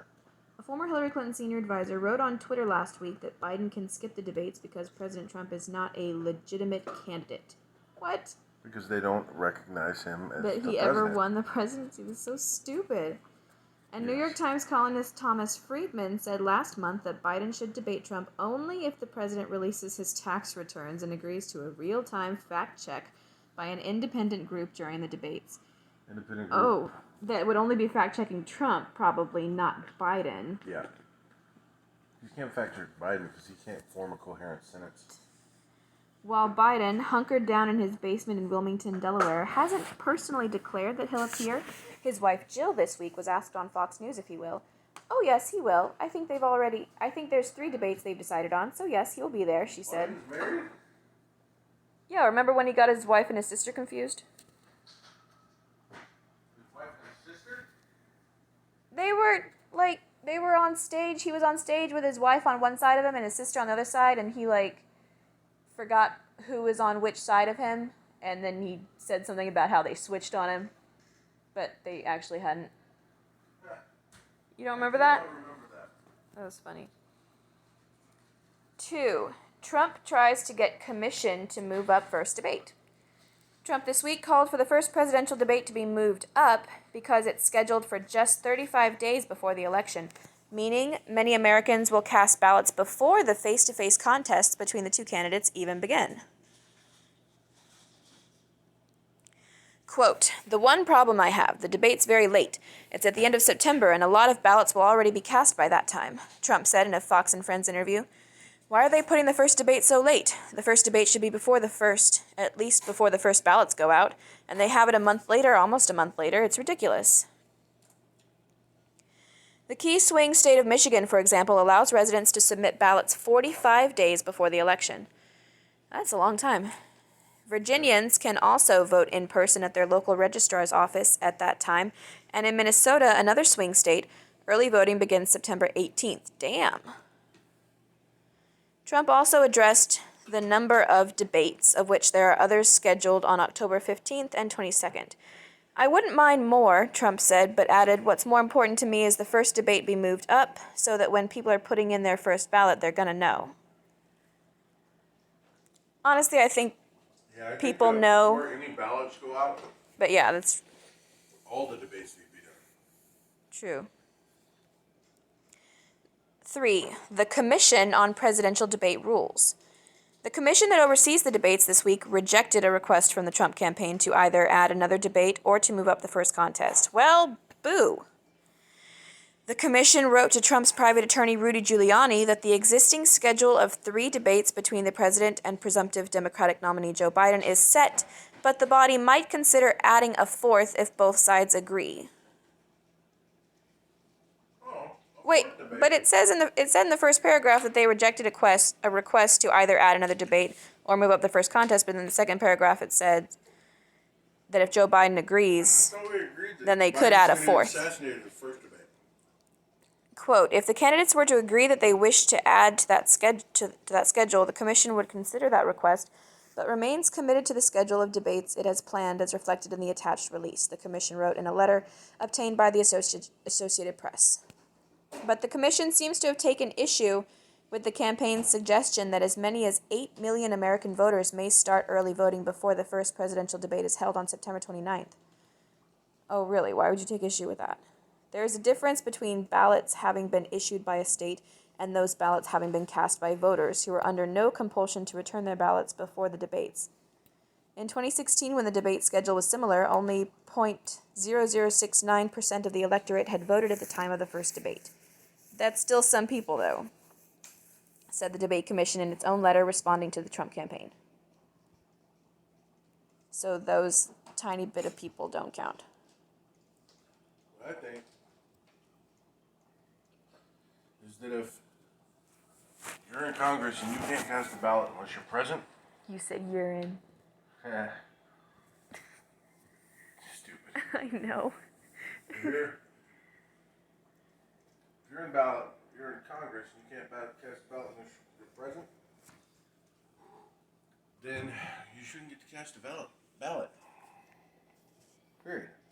If you cannot be present at the ballot box.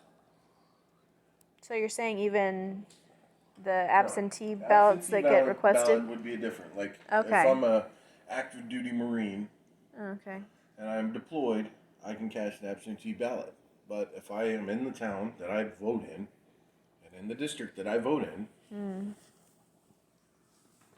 I need to be at the ballot box, or With ID. yes. You might like Verdict with Ted Cruz. Latest episode. Bad I love Hombres. Bad Hombres featuring DHS Secretary Chad Wolf. I watched that.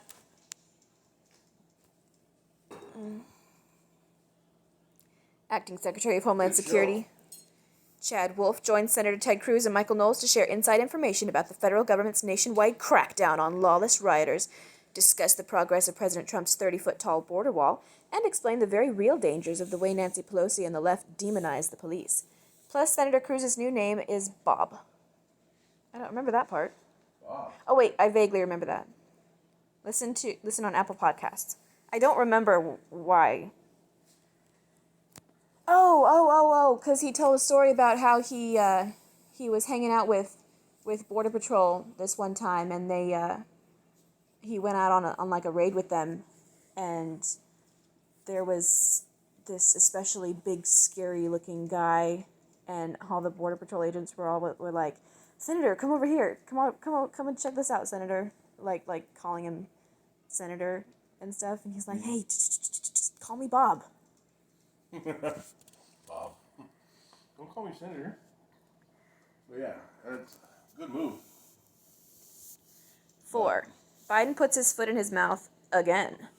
Shocker.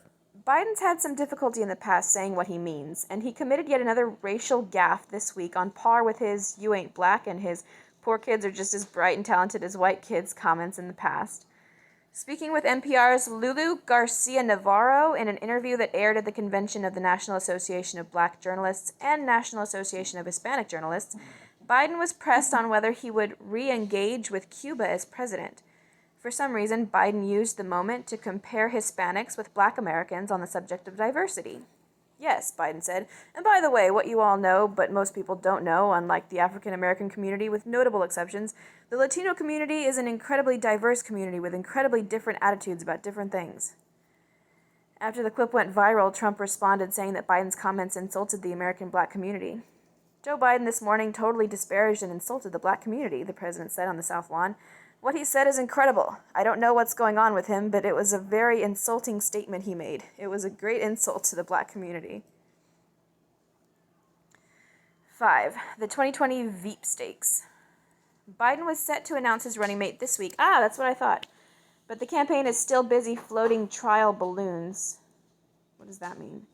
So Biden pushed back his announcement until next week. California Senator Kamala Harris remains the frontrunner to become Biden's running mate, with former Obama advisor Susan Rice in second. California Representative Karen Bass, who skyrocketed up the charts, I haven't heard about that. Who's she? Has fallen back to earth. Oh, okay. Here are the latest odds set by bookies.com based on a $100 bet, with last week's odds in parentheses. So, in order, we have Senator Kamala Harris, Susan Rice, Val Demings, Tammy Duckworth, Karen Bass, Michelle Obama still, Senator Elizabeth Warren, Gretchen Whitmer, Keisha Lance Bottoms, Michelle Lujan Grisham, I have no idea how to say her middle name, and Stacey Abrams. Why is she even still, on the list? Because she's black and a female? Yeah. 6. You notice that all of them are female. Oh, yeah, because he said he was going to pick a female. Mm-hmm. No man has a chance. Would be funny if he picked a man. That's sexist as shit. 6. By the numbers. Trump versus Biden.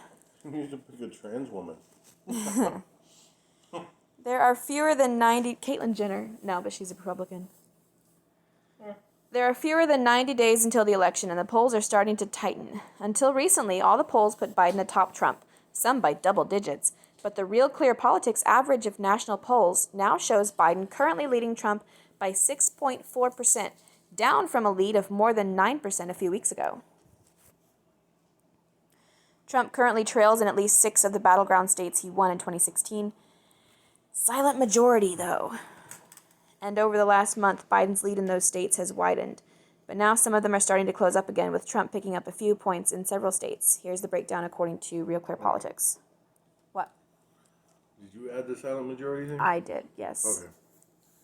Because my beef is that all of the polls were bad in 2016. Mm-hmm. They haven't changed anything. Mm-hmm. They were way off. Because they don't know how to reach certain whole blocks of the voting population, right? So if he's gaining ground and is close in national polls that we know are completely off, then he must be doing way better than people think. And I'm like, the silent majority thing also, we have proof of that in those Jonathan Isaac jersey sales that we were talking about. Mm-hmm. And how Goya beans started selling really, really well when people were calling for them to be boycotted. So the silent majority is out there. And you need Reebok to come out and be like, or not Reebok. Nike? Carhartt? Some American brand like Levi Strauss. Come out and be like, we support Trump. And then watch their sales just go boom. while their social media presence gets completely throttled.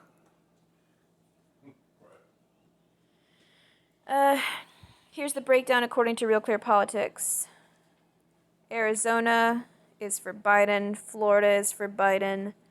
Michigan's for Biden. North Carolina's for Biden. Kicker speakers should come out with a special... Oh, what's important is the numbers. I wasn't reading the numbers.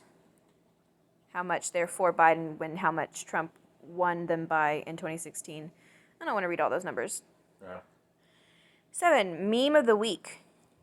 When Joe goes full Michael Scott. It's his interview with that dude.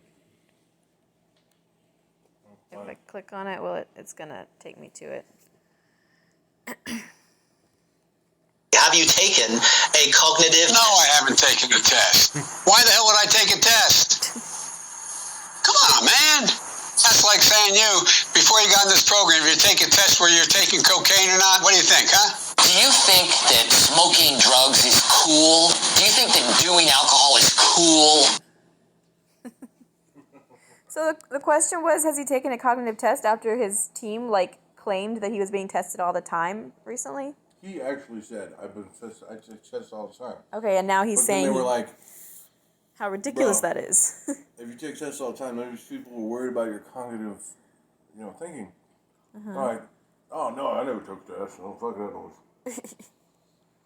All right, that's the end of the election But wire yeah, email. kicker speakers. Then they come out with a new subwoofer called the Trump Bump. What? Kicker speakers. Kicker brand speakers. Oh, this is an idea of yours? Yeah, they need to come out with a new subwoofer called the Trump Bump. Okay. And watch those shit sell. All right, we just have the Daily Yahoos left. There's 2. Here's the one for August 8th, yesterday. Daisy Coleman's death was a tragedy more common among sexual assault survivors than you might think. Oh, yeah. Daisy Coleman, an activist against sexual violence and the subject of the 2016 Netflix documentary Audrey and Daisy, died by suicide at the age of 23. Honestly, I mean, having your that kind of a story about you exploited like that is really not the best way to move on and keep yourself mentally healthy. Oh, yeah. But enough people tell you it's good to get your story out there. But we need to have more people get their story out there. That's true. We need to have more people reporting because we need to have all rapists murdered. I mean, assassinated. Yeah, they should be. But they should be reporting it, but they don't have to be revealing their intimate stuff to the entire world. I can't imagine that is healthy. I don't think it is either. But that's the whole point of how emotionally scarring it is. Psychologically scarring it is. How awful it is. That's why we shouldn't have women in situations like that. Put in situations like that? I was going to get off on a tangent on women in the military, but we're not going to do that. But it's psychologically an awful thing. I mean, I can imagine what it would do to me. Didn't it sort of happen to you once? Yeah, but there's a fat chick. That's not the same as like a giant, a man who just forcibly True. can control every movement I make. I don't think there is such a man out there, unless it was the the Big Show. No to, or the fat chick that you wake up after she's already ridden you. A little different than a forcible rape by a giant who just overpowered you and beat you. Facebook axes fake accounts claiming to represent black support for Trump. What's your proof that they were fake? Because they were black support for Trump? That was their proof. Accounts linked to a Romanian troll farm and the Epoch Times. Accounts linked to Romanian troll farm and the Epoch Times, because the Epoch Times is just as bad as a Romanian troll farm. Pushed disinformation about Trump's campaign, the coronavirus, and anti-racism protests. This is from HuffPost. Oh, then that's fake news. AP sources. Whitmer met with Biden as he nears VP decision. Oh, but she's not black. Governor Gretchen Whitmer traveled to Delaware last weekend to meet with Joe Biden, the presumptive Democratic presidential nominee's first known in-person session with a potential running mate as he nears a decision. Fuck that. I hope he selects her. She's the one that just turned down a bill that would bar them from putting COVID patients into rest homes and nursing homes. Well, yeah, because, I mean, she's going Like to... Cuomo did. Wasn't that her rule? Yeah. Exactly, so why would she say okay to that bill? Oh, She doesn't because want to it admit that she did a literally bad led to thing. murder or I know, death but or she's whatever? not going to want to admit that. I would call it murder. Hey. See a sick person who's got this thing that kills old people? I'm going to need you to go live in that place filled with old people. Whitmer visited Biden Sunday, according to two high-ranking Michigan Democrats. She's also the governor of the state where the dude who didn't test positive, he was a false positive or whatever. Beat up old people? Didn't he kill an old guy? I think he just Just assaulted beat him very badly. I don't remember. Anytime you beat an old man and he doesn't die, then you did a bad job at it. Cash short U.S. biofuel industry cuts lobbying even as Iowa looms large in election. Cash short U.S. biofuel industry cuts lobbying even as Iowa looms large in election. A top U.S. biofuel industry trade group said it has cut lobbying spending as the coronavirus panic has slammed members eager to press demands with President Donald Trump, who hopes to win the corn-producing state Iowa in November. Reduced clout could complicate the industry's so-and-so. Okay. Isn't it a good thing for us to have less lobbying? Don't we need less lobbying from everybody? Yeah. Lobbying is special issues, but some lobbying is, okay. Well, that's why I just said less. But why would they need to lobby?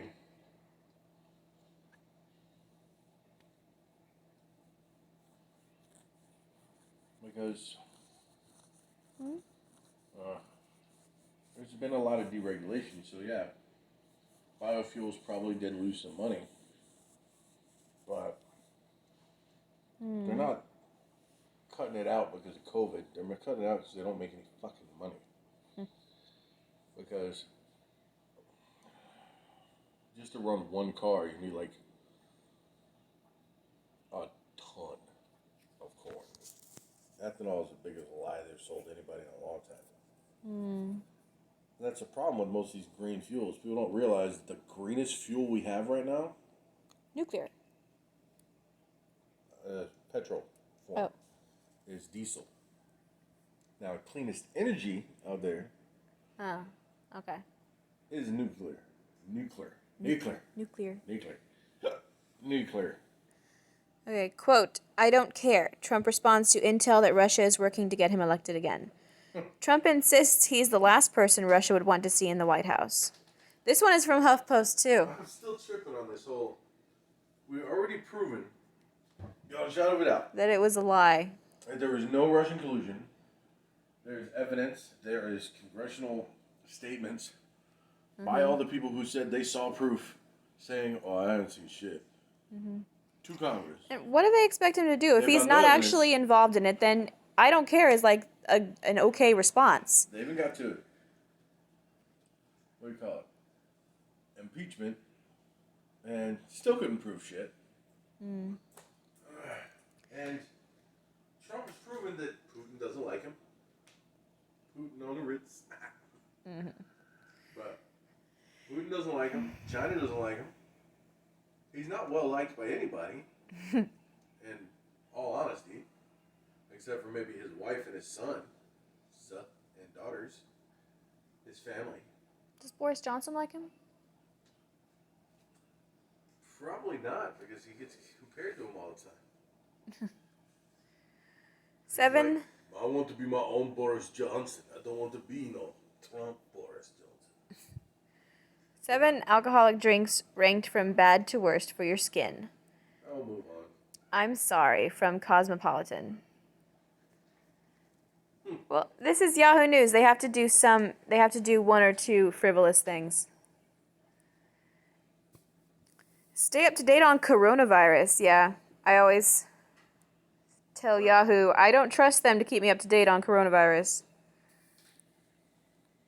Because they're lying. Trending now. Tubi movies. Catherine Langford. Coronavirus. Always at number 3. SpongeBob SquarePants. Allison Brie. Campaign signs. Rose Byrne. Workers' compensation insurance. Lauren Boebert. And EIN application number. Funny thing about the Yahoo search trending thing, almost always when there's a real person on the list, it's a woman. And coronavirus is always at number 3. And that's even more suspicious now that this one day I got 2 Daily Yahoo emails around the same time to 2 different email accounts. So I did them both, and because they had different stories. They weren't the same email. They had different stories. Go on. And Tell me more. the trending now list was all completely different, except for number 3 was coronavirus. That's always coronavirus. Yeah. Or some chick that nobody's ever fucking heard of. Mm-hmm. Well, actually, I know most of these chicks. Who are they? Well, there was Allison Brie and Rose Byrne. You like her, actually. I like Rose Byrne. Catherine Langford sounds familiar, but no, I don't know who Lauren Boebert is. Is she from New Zealand? Rose Byrne? She's think Australian. she's one of those. Yeah. Alrighty. I thought she was related to Gabriel Byrne, but Gabriel Byrne's Irish. Here's the last Daily Yahoo, and then we're done. Please. Trump allows some unemployment pay and defers payroll tax. President Trump signed orders deferring payroll taxes for some Americans and extending unemployment benefits after negotiations with Democrats hit an impasse. Or as the Democrats say, he gutted Social Security and Medicare. Well, hold on. I sort of looked at this earlier. I didn't read the whole thing. Listen to this. President Donald Trump on Saturday bypassed the nation's lawmakers as he claimed the authority to defer payroll taxes and replace an expired unemployment benefit with a lower amount after negotiations with Congress on a new coronavirus rescue package collapsed. Trump's orders encroached on Congress's control of federal spending and seemed likely to be met with legal challenges.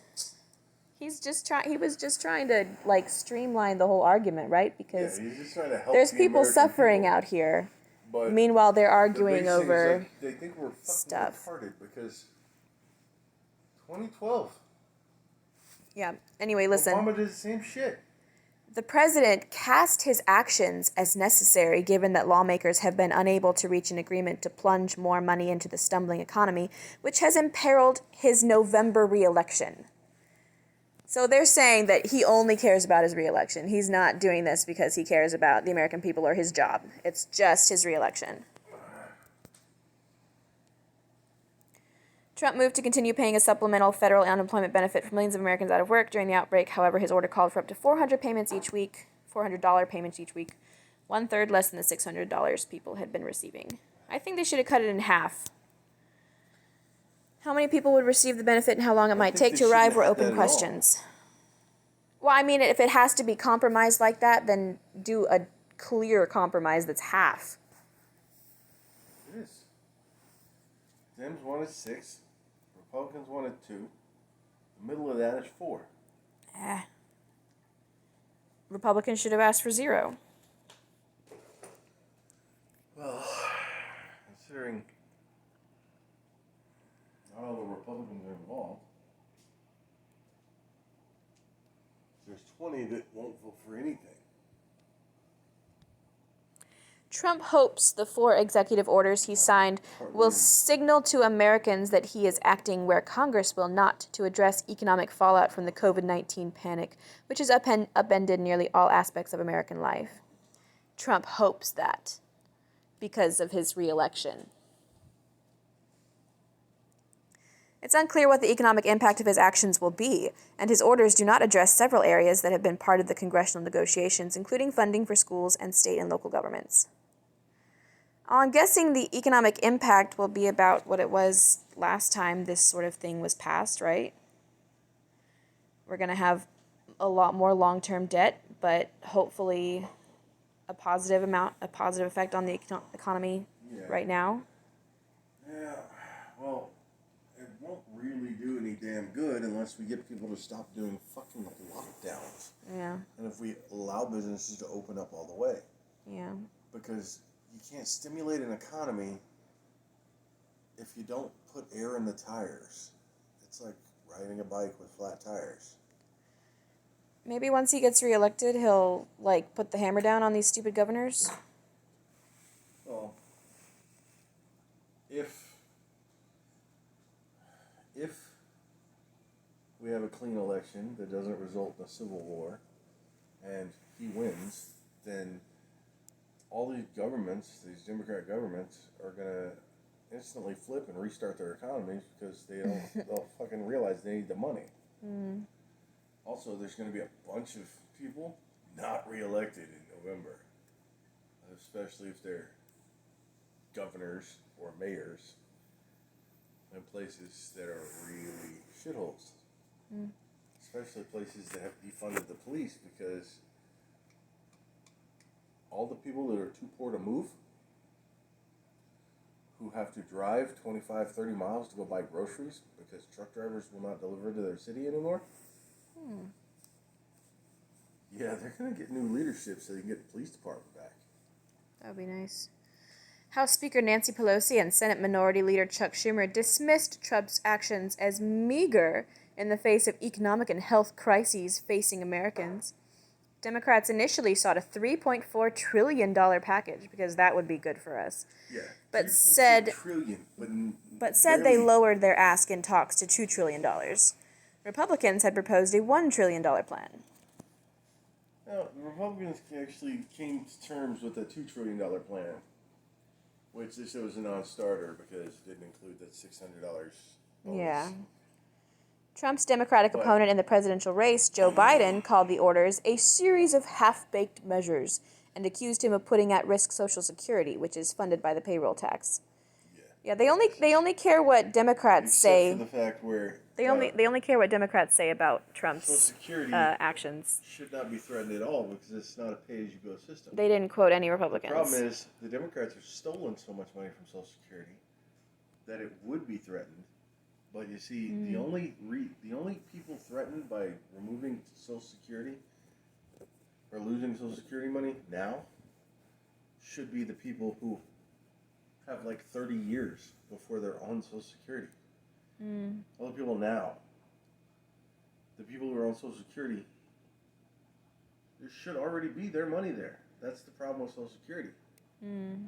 It's supposed to be like retirement plan because they took your money. And now they're giving it back to you.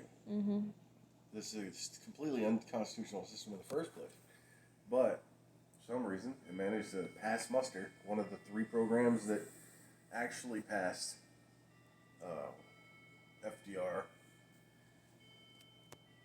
Most of his stuff got shut down by the Supreme Court, which is why they wanted to go to 12 justices.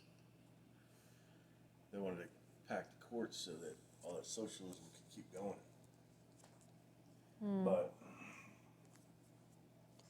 Trump's embrace of executive actions to sidestep Congress ran in sharp contrast to his criticism of former President Barack Obama's use of executive orders on a more limited basis. Barack Obama did not limit his use of executive orders. No. He didn't have as many as Bush, but he was pretty liberal with them. Though Trump cast it as a necessary step given the deterioration of congressional negotiations, I tend to sort of agree. Because they keep going on fucking recesses, and in between the recesses, they can't agree on anything. Yeah, they're like, I'm going to go on recess, I'm going to go on vacation, I'm going to do this, I'm going to do that. The president himself was not an active participant in those talks.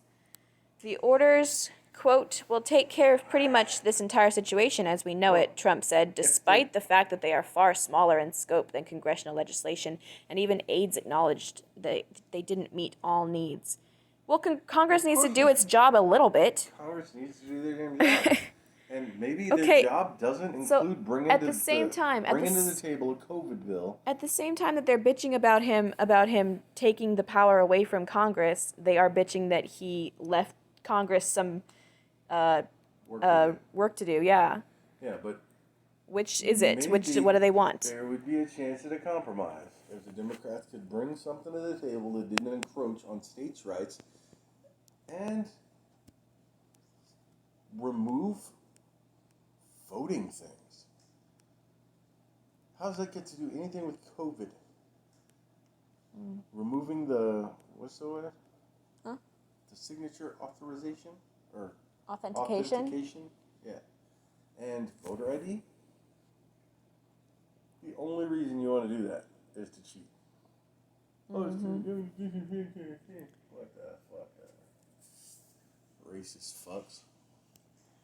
There's a whole lot more. Aren't smart enough to get voter IDs. There's a whole lot more of this, and I've just scrolled through it, so anybody who watches this and wants to read it can sort of read. Going back. Kanye and Northwest had an adorable dance-off to the viral Friday dance song. Cool story, bro. North's PJs are almost too cute, though, seriously. Not even a picture, though. I'm not going to click on that. Havana back on lockdown as coronavirus rebounds. Cuba placed Havana back on a strict lockdown on Saturday following a rebound in coronavirus cases, ordering restaurants, bars, and pools once more to close, suspending public transportation, and banning access to the beach. Because going out in the sun is so bad. Oh, the sun that kills coronavirus? Mm-hmm. Cuba. So does artificial sunlight? Cuba, which has been hailed as a rare success story, apparently is no longer a success story. Whatever. Rare success story? Rare success story. Based on what metric? I have no idea. Or communist dictatorship? I think they're talking about it in just their response to the coronavirus. I'm guessing they maybe had a low death rate. Dictatorship. But yeah, when I locked down again, whatever. Biden risks alienating young black voters after race remarks. They're actually talking about this. From the Associated Press. Yeah, but they're gonna justify it. They're gonna protect him. Joe Biden's controversial remarks about race this week risk alienating young black voters who despise President Donald Trump, but are not inspired by his Democratic rival. In a later interview with National Public Radio's Lulu Garcia Navarro, Biden seemed to draw distinctions between black and, yes, we know, Hispanic voters, or Latino voters, Latinx, whatever. Latinx is racist. Since when? I thought that was correct. Problem. Because saying Latino or Latina is sexist. Yeah, or transphobic. Most Latin people don't like it. It's exclusionary. Good. Everything Chriselle Staus said about her divorce from Justin Hartley on Selling Sunset. Apparently Justin Hartley got divorced. Oh, that's sad. The couple split suddenly last fall, and Selling Sunset cameras were there to capture the aftermath for the Netflix reality series. Okay. WeChat US ban cuts off users' link to families in China. WeChat, owned by Chinese internet giant Tencent Holdings Limited, is popular among Chinese students, expats, and some Americans. Find another way to communicate other than a damn Chinese spy ring. I know, right? Who have personal or business relationships in China. Most popular messaging apps in the United States, including Facebook Messenger, WhatsApp, and Telegram, have been blocked from communicating with China, I guess. They're stealing our information. Yeah. Don't blame us. Blame the Chinese government. What's hot is Yahoo Search. Always it's Yahoo Search. VA loan requirements with Yahoo Search. Or high-quality sanitizers on Yahoo Search. Trending now, Jack Dorsey. Kerry Washington. Coronavirus, number 3. Halle Berry. Mercedes Kilmer. Is that in relation to... Probably. Move on. Val, that's his fucking name. Auto Owners Insurance, Morgan Cohen, Justin Hartley. Obamacare plans, Why? 2020 Honda Accord. That's it. And that's it for Sundry Weekend News. It's been over 2 hours. Thank you to my guest. It's been over 2 hours. And good night.